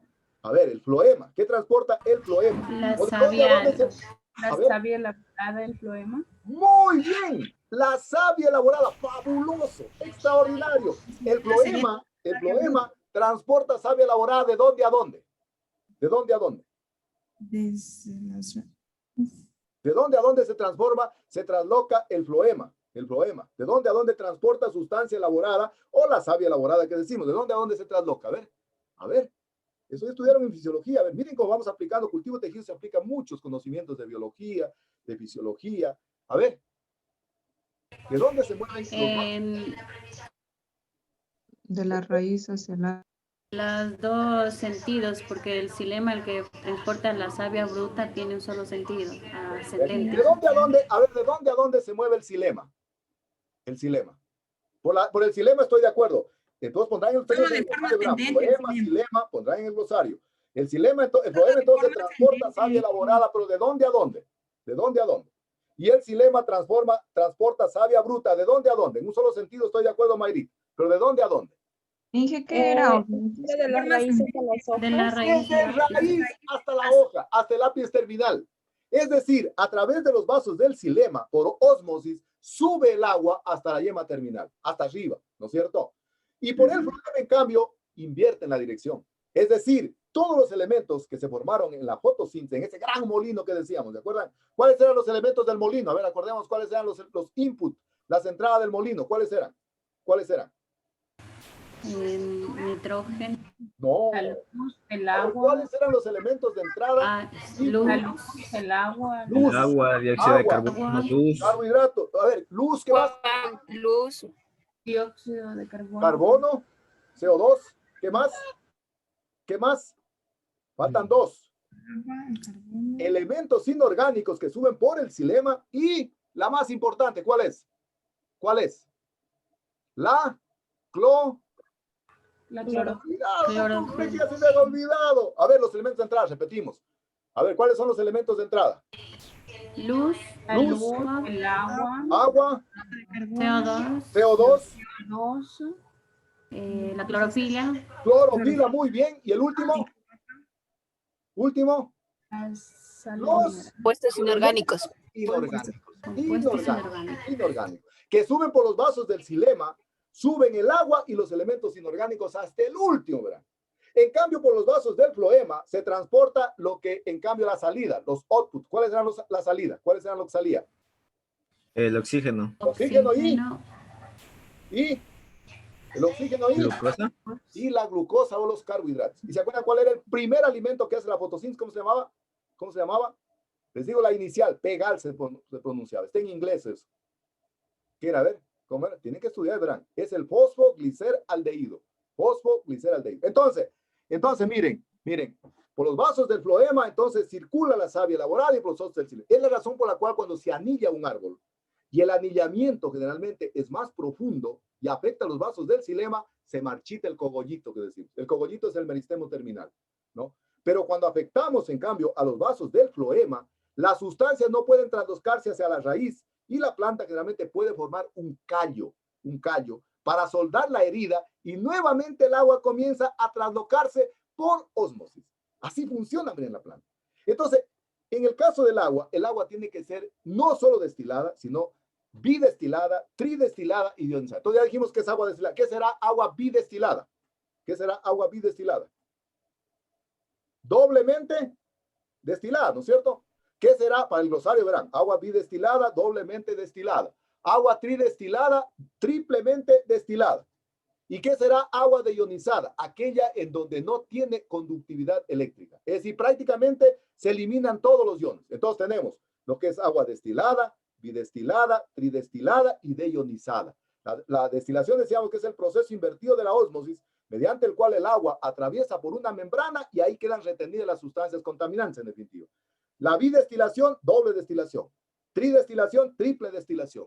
Y el agua deionizada, aquella que no tiene conductividad eléctrica o que prácticamente ya no tiene iones. Entonces, el agua tiene que ser destilada y esterilizada. Y para eso, entonces, utilizamos el autoclave. Generalmente el agua se coloca en matraces o en LMI y se los tapa con papel aluminio, porque el agua en el interior del autoclave, recuerden que comienzan los medios a hervir, a evolucionar. Entonces, necesitamos esterilizar a una temperatura 120 grados centígrados, una presión de 1,5 kilogramos por centímetro cuadrado de presión. Y aquí el tiempo sí nos podemos relajar, nos podemos distender en el tiempo. Es decir, podemos utilizar de 15 a 30 minutos porque no pasa absolutamente nada, no se va a descomponer absolutamente nada en el agua. Antes, por el contrario, queda mucho mejor esterilizado. Entonces, el término agua pura, como decía Villalobos, es un mito, ¿no? Ya sea que usted utilice lo que decía antes Fabiolita, no sé, si utilizo agua destilada, no tengo la plena seguridad de que esa agua sea pura. O si yo tomo agua, no sé, del bidón, no tengo la seguridad que sea agua pura. O si tomo, no sé, el agua de ionizar, no tengo la seguridad de que sea agua pura. La única forma, de alguna manera, de acercarnos a la pureza es haciendo la esterilización.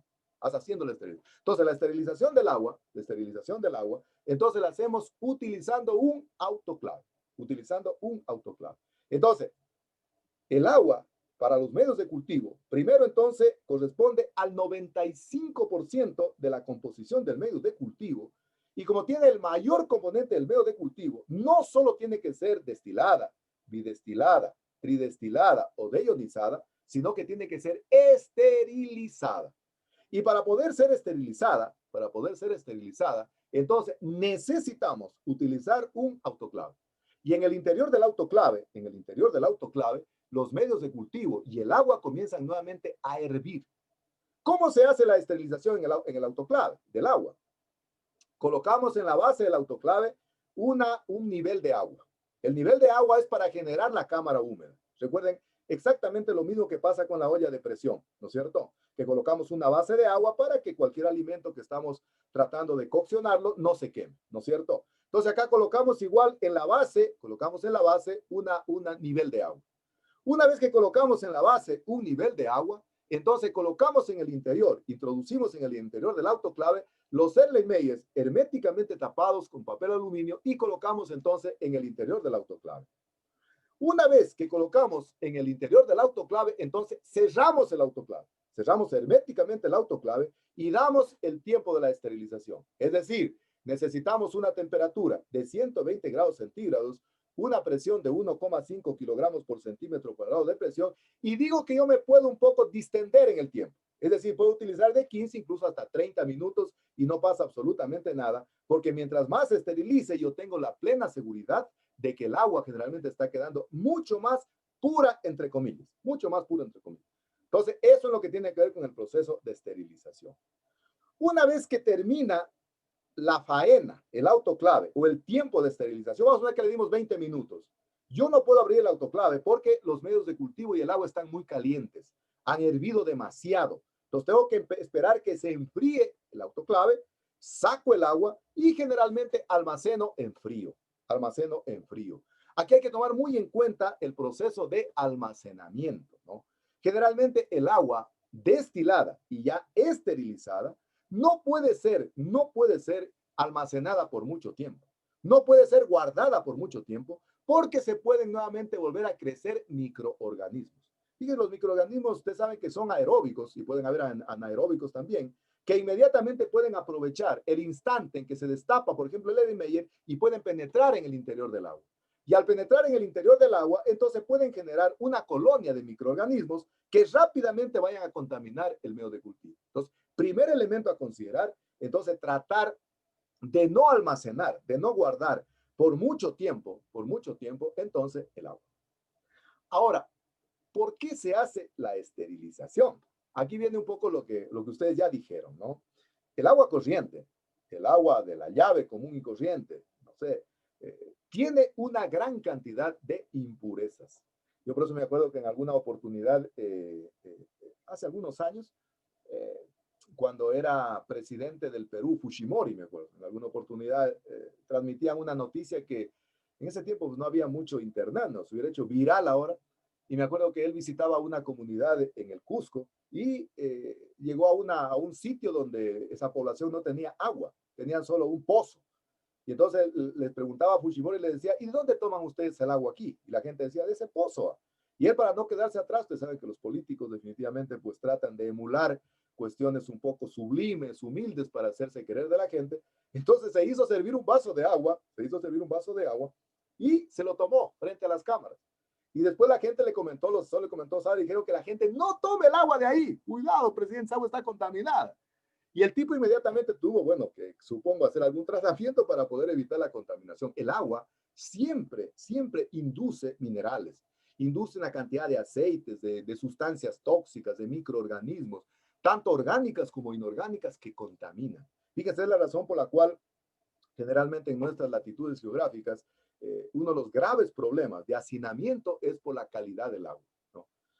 Una cantidad incluso de enfermedades zoónicas se producen justamente porque el agua es de mala calidad.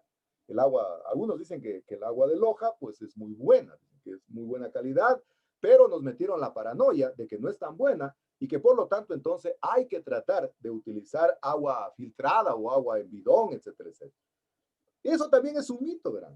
Yo me recuerdo en alguna oportunidad cuando del 2005 al 2008 estuve en el Ministerio del Ambiente.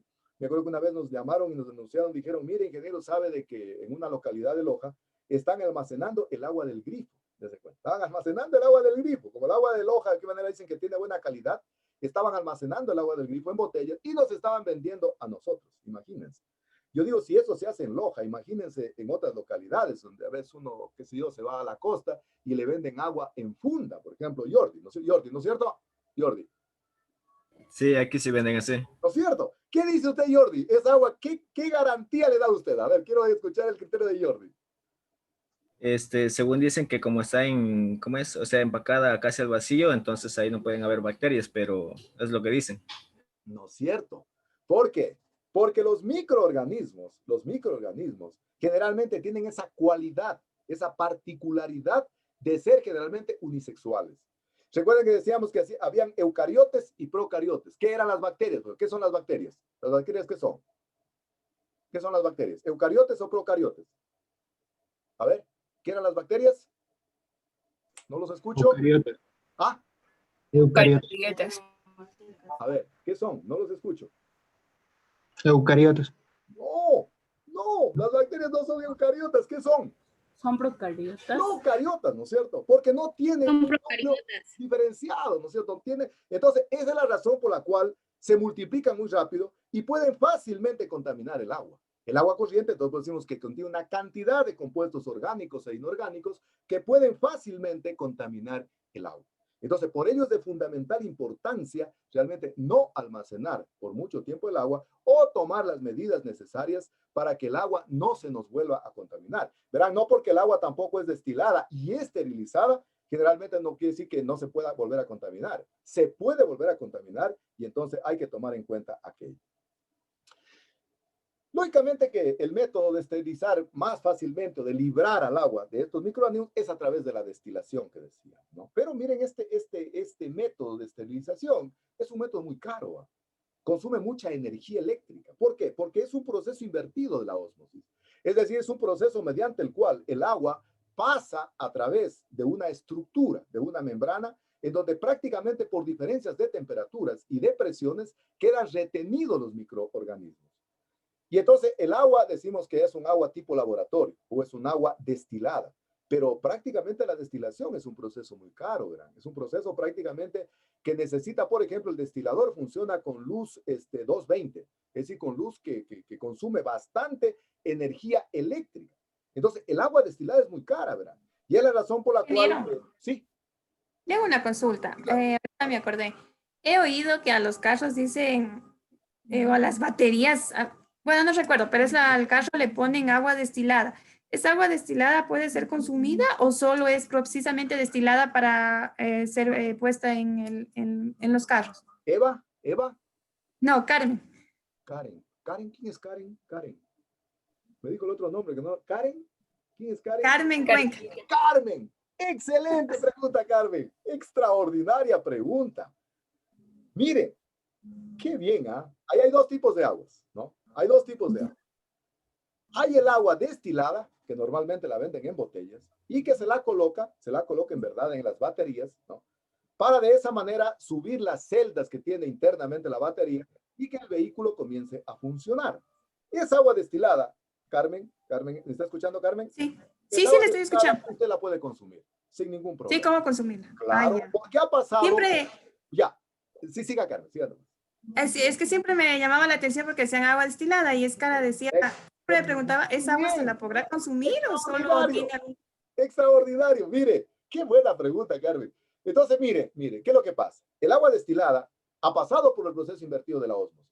Entonces, ¿qué hace? ¿A qué carro le ponen agua destilada? Solo a los carros nuevos, ¿no? Entonces, esa agua se la puede tomar porque la batería todavía está nueva, lo único que se ha agotado es un poco en las placas internas que tiene el agua, ¿no es cierto? Yo me acuerdo que incluso en el tiempo que nosotros éramos estudiantes en la facultad, hace siglos, ¿eh? Yo me acuerdo que el profesor que nos daba edafología, ¿no? Tenía un vehículo que lo ponía siempre al frente del laboratorio y lo enviaba siempre al ayudante el agua destilada que estaba produciéndose en el laboratorio para que llene los orificios de la batería. Pero hay la segunda agua, que es el agua acidulada.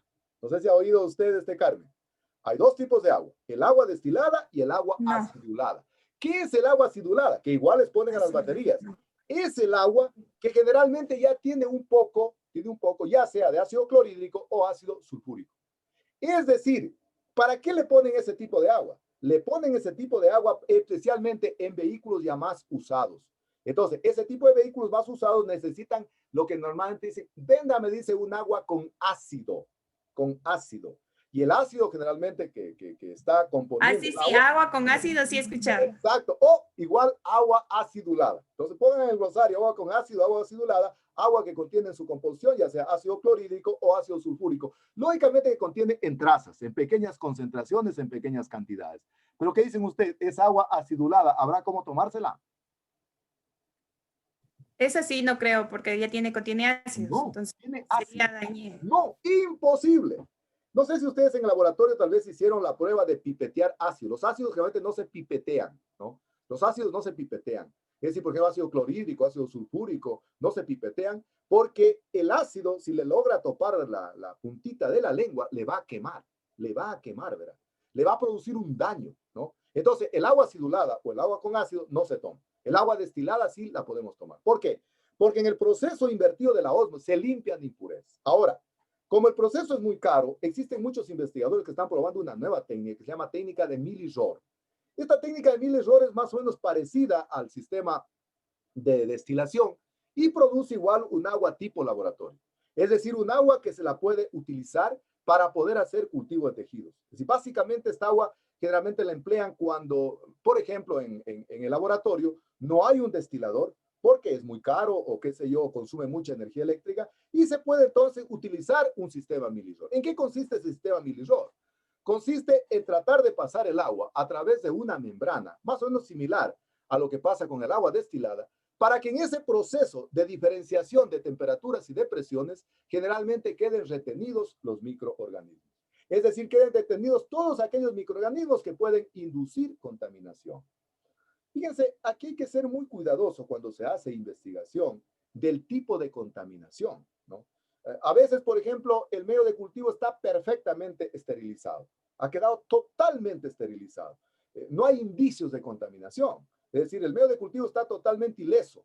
Pero resulta ser a veces que en ciertas partes del medio de cultivo se comienza a aparecer una explosión bacteriana o comienza a aparecer que se hay una colonia de hongos, ¿no? Por eso que les decía a ustedes antes cuando inicié la clase de que de alguna manera los que trabajamos en cultivo de tejidos no nos llevábamos con los fitopatólogos, con los microbiólogos. Y de ahí generalmente ellos utilizan otros términos, ¿no? Cuando utilizan generalmente, en vez de asepsia, utilizan otros términos que están relacionados a los microorganismos. Ellos necesitan microorganismos.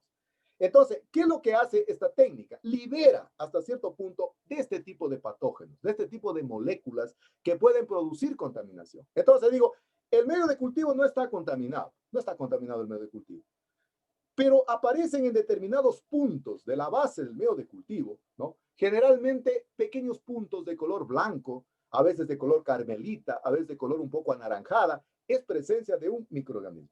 Y puede ser ya sea una bacteria o un hongo que generalmente crecen en el agua, fíjense. Y como el agua representa el 95% del medio de cultivo, generalmente a veces son los que más inducen contaminación. Básicamente los microorganismos que más afloran son los hongos del género Fusarium, que supongo ustedes algún rato han de estudiar en la profesión, los del género Fusarium, los hongos del Fusarium, generalmente rápidamente producen incluso pudrición radicular, ¿no? Esa es una enfermedad clásica, por ejemplo, en los viveros de plantitas recién que están creciendo, la plantita se dobla debido a lo que llamamos en forestal damping off. A ver, pongamos el término, está bonito porque es forestal.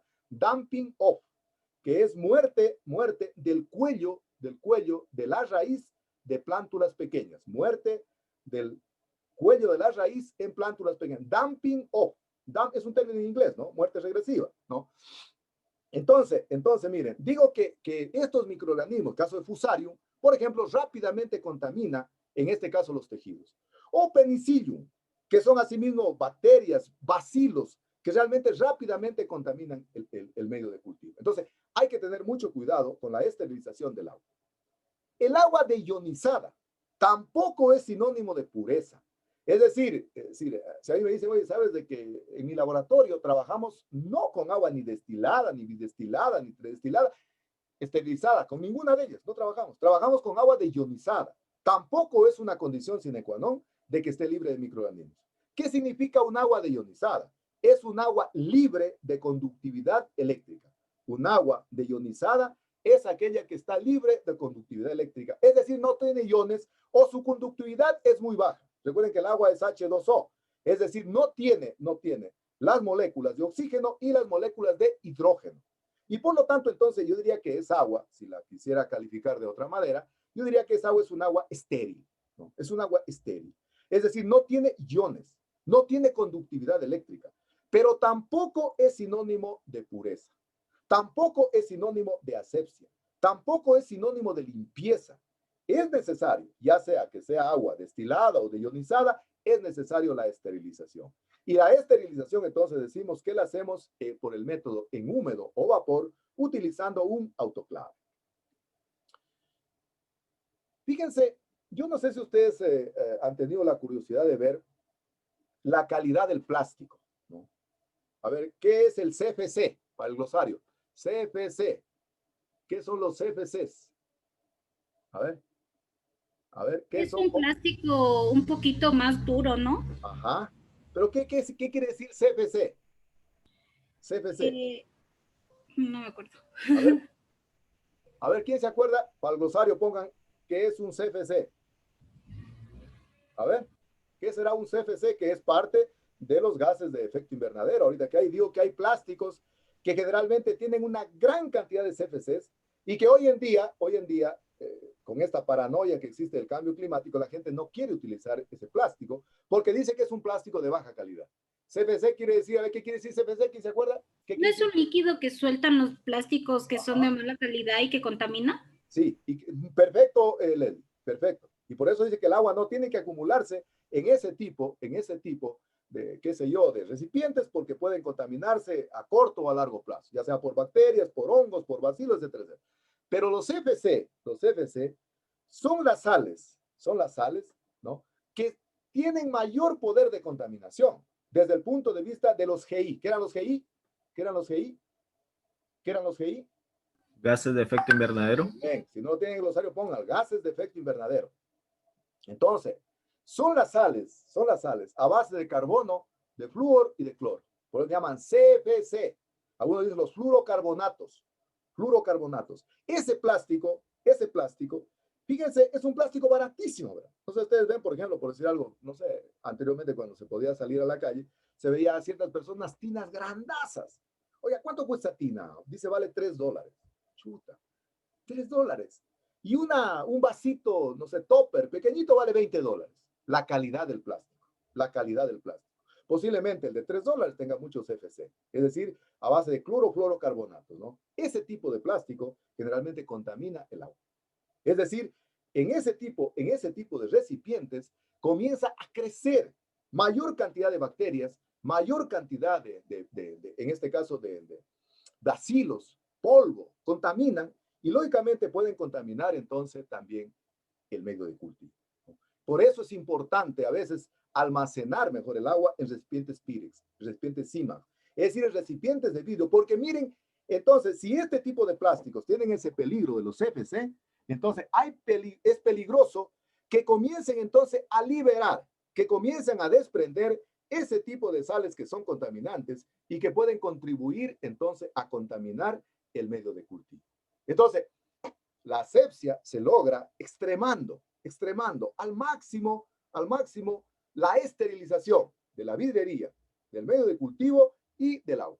Y nos queda para ver, falta lo otro, ¿no? Que es la esterilización de los tejidos y que de eso vamos a ver más adelante. Entonces, como decía en la frase introductoria, la condición sine qua non del cultivo de tejidos vegetales in vitro es la asepsia. Y la asepsia la logramos tratando de no dejar cabos sueltos, tratando realmente de tener todo articulado, todo atado para que no se nos contamine el material vegetal. Es decir, yo siempre digo que en investigación no hay cómo dejar externalidades. Es decir, no hay cómo dejar las cosas al azar. No podemos dejar las cosas definitivamente para que se nos puedan salir de control.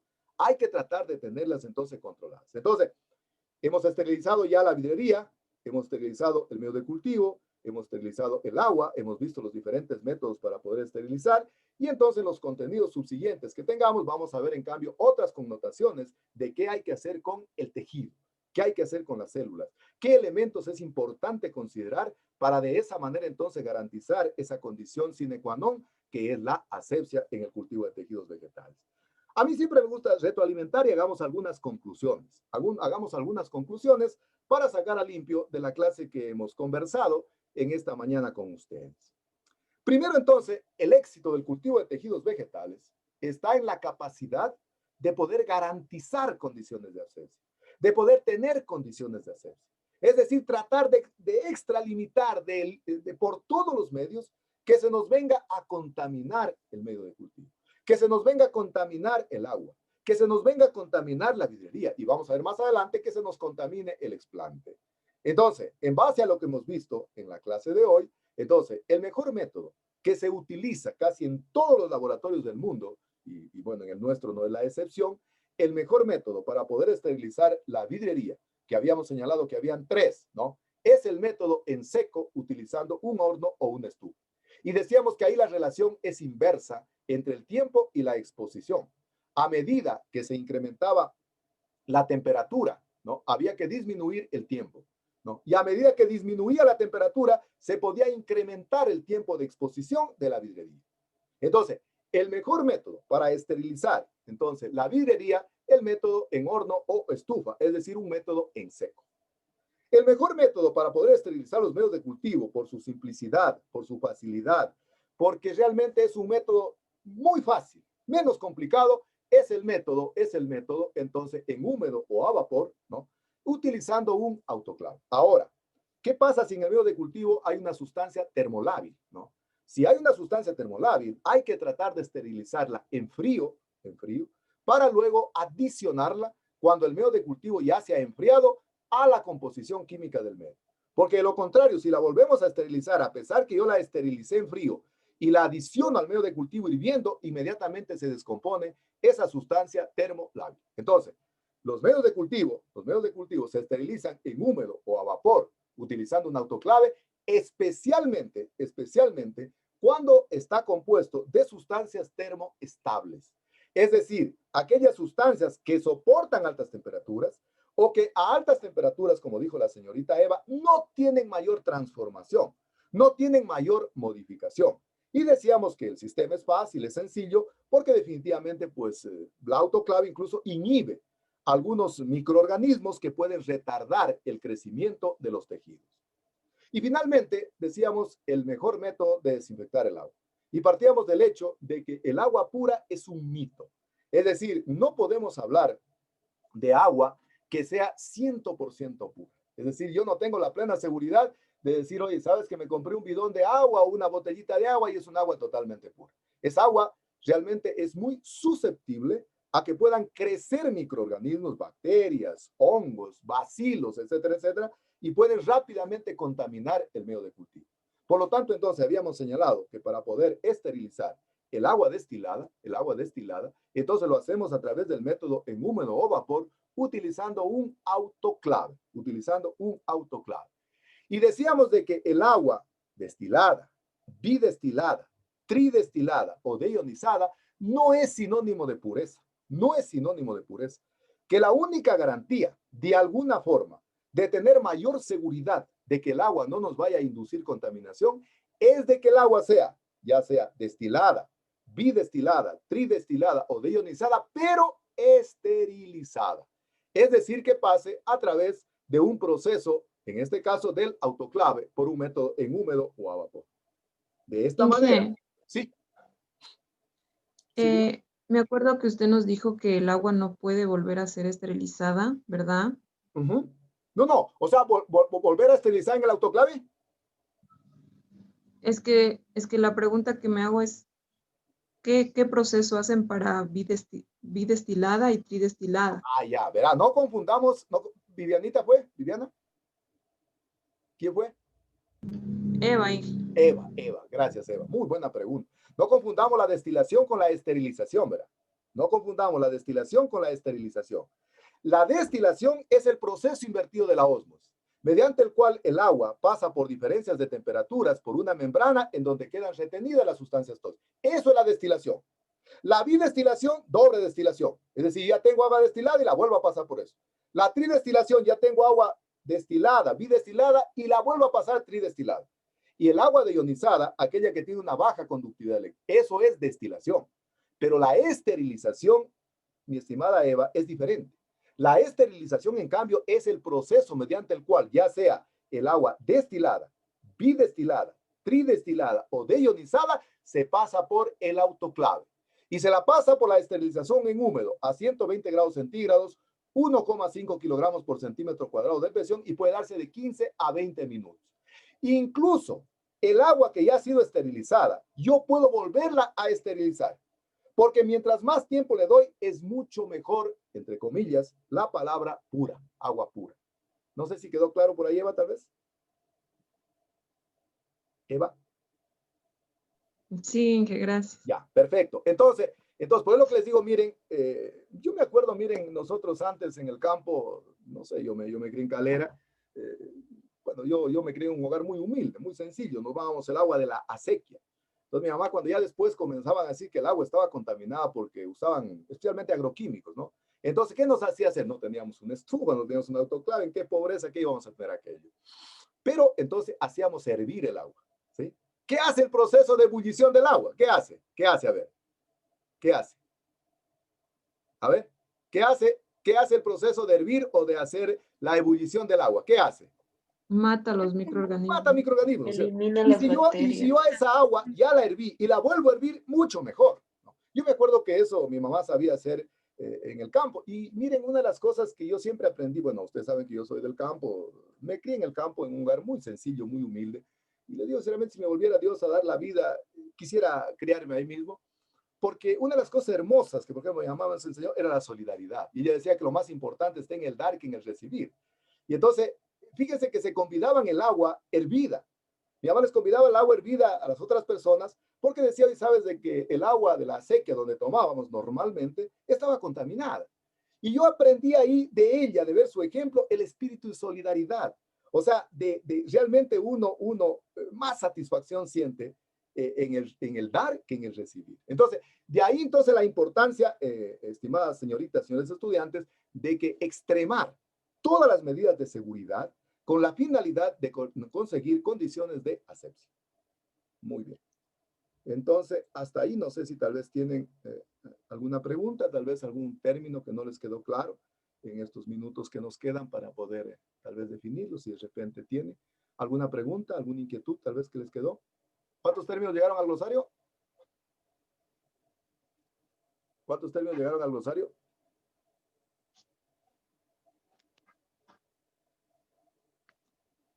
¿Cuántos términos llegaron al glosario ahora? Iramos numerando, verán. 99 tengo yo. Perfecto, muy bien, muy bien. De tal manera que al final de la asignatura pasamos flojito así de 200 y por eso de que dentro de la planificación de la asignatura tengo previsto hacer unas 2 jornadas de trabajo, para poder evaluar el glosario, que es en definitiva el conocimiento. Miren, a mí lo que más me interesa de todo en el proceso de enseñanza-aprendizaje es que mis estudiantes aprendan, que se empoderen del conocimiento. Y para eso, bueno, articulo diferentes metodologías para que el estudiante pueda empoderarse de los resultados de aprendizaje. Es decir, a mí no me interesa que el estudiante se forme para el examen, ¿verdad? A mí me interesa que el estudiante se forme para la vida profesional. Entonces, Paulo Freire dice, no hay que confundir aprobar, ¿no? Con entender, es decir, con comprender. Y a mí, lógicamente, eso es lo que más me interesa. No sé, tal vez alguna pregunta, alguna duda, tal vez que les haya quedado. Dije cómo determinó floema y xilema. Floema y xilema, muy buena pregunta. A ver, no tengo pizarrón. Si tuviera pizarrón, explicara. Tenemos ahí a ver, ubíquense en un fuste. ¿Saben lo que es ustedes son forestales? ¿Qué es un fuste? ¿Qué es un fuste? Un tallo. ¿Ah? Un tallo. Un fuste es un... A ver, pónganlo en el glosario, miren, fuste forestales. Fuste es el tallo de una especie forestal. El tronco. Fuste es un tronco. El tallo puede ser, qué sé yo, del frijol, del maíz.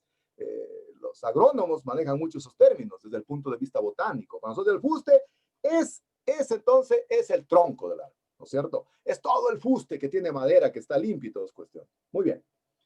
Vamos a ubicar imaginariamente en el fuste, ¿no? Si vamos de afuera hacia adentro, tenemos la episperma, es decir, tenemos la corteza. Desde el punto de vista anatómico, luego tenemos la albura, tenemos el duramen, tenemos el xilema y tenemos la médula. Desde el punto de vista anatómico, episperma, duramen, albura. Entonces tenemos el xilema y tenemos la médula. Pero desde el punto de vista fisiológico, si vamos desde afuera hacia adentro, tenemos la episperma igual, o sea que es la corteza. Luego de eso tenemos el floema. Entre el floema y el xilema está uno de los meristemos más importantes que tienen los árboles. Cambio vascular. ¡Qué bien! ¡Qué lindo! ¡Qué hermoso trabajar así! El cambio. Entonces, desde el punto de vista fisiológico, verán que hay que analizar el tronco desde el punto de vista anatómico de la madera y desde el punto de vista fisiológico. A mí me interesa más para la asignatura en este momento desde el punto de vista fisiológico. Es decir, tengo la episperma o la corteza, algunos utilizan exodermis o corteza. Luego de eso tengo el floema. Luego de eso tengo el cambium. Luego de eso tengo el xilema y tengo la médula, ¿no es cierto? Ahora, el floema, entre el floema y el xilema, lo que divide a los dos es el cambium. ¿Qué es el cambium? A ver, ¿qué es el cambium? Desde ahí parte lo que es tanto, ¿cómo lo explico? Material hacia el floema y hacia el xilema, se va ampliando. A ver, ¿quién me dice qué hace el floema? Perdón, ¿qué hace el cambium? El cambium es el tejido que permite el crecimiento secundario. Muy bien. Es decir, es el meristemo secundario que permite el engrosamiento. Eso revísenlo para la próxima clase y conversarlo un poquito porque ya estamos del tiempo. Pero entonces, si vamos de afuera hacia adentro, Eva, tenemos el floema, tenemos el cambium, tenemos el xilema y tenemos la médula. Entonces, les voy a dejar una pregunta, a ver, para la próxima clase para poder conversar. A ver, ¿qué pasa si yo anillo el fuste de un árbol y afecto al floema? Primer caso.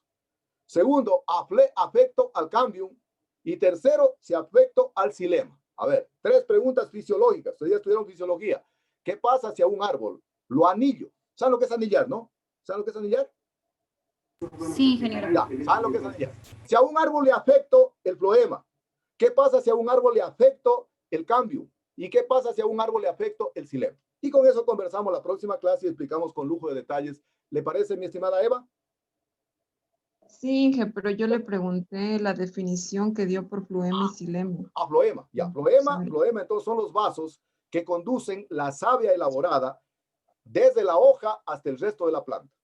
O sea, en el floema conduce la savia elaborada que se produce en la hoja a través de la fotosíntesis que la trasloca a todo el sistema vascular de la planta.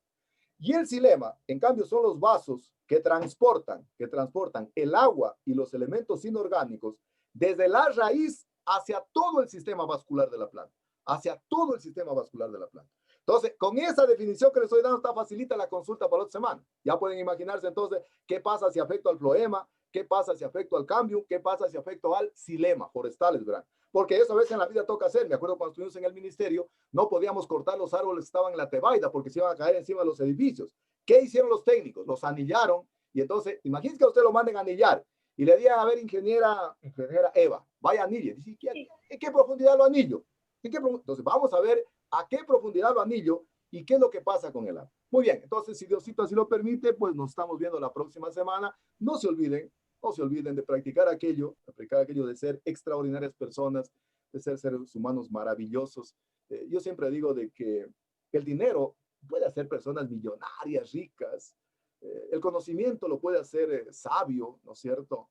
Pero la humildad hace de las personas extraordinarios seres humanos, ¿no? Y que definitivamente no sirvamos para impresionar, sino para inspirar amor, inspirar ternura, inspirar solidaridad. Y yo creo que, como siempre estamos diciendo, el amor no puede prescindir de las palabras. Siempre estén haciendo esa tarea que yo ya les dejo que hagan ustedes a discreción, ¿no? De demostrar siempre lo que sentimos por las otras personas. Bien, entonces, si Diosito así lo permite, pues nos vemos el próximo jueves. Que tengan una extraordinaria semana y que les vaya muy bien. Hasta luego, ¿no? Que estén muy bien. Hasta luego, ingeniero. Que le vaya bien. Hasta luego. Gracias, ingeniero. Gracias, ingeniero. Hasta luego.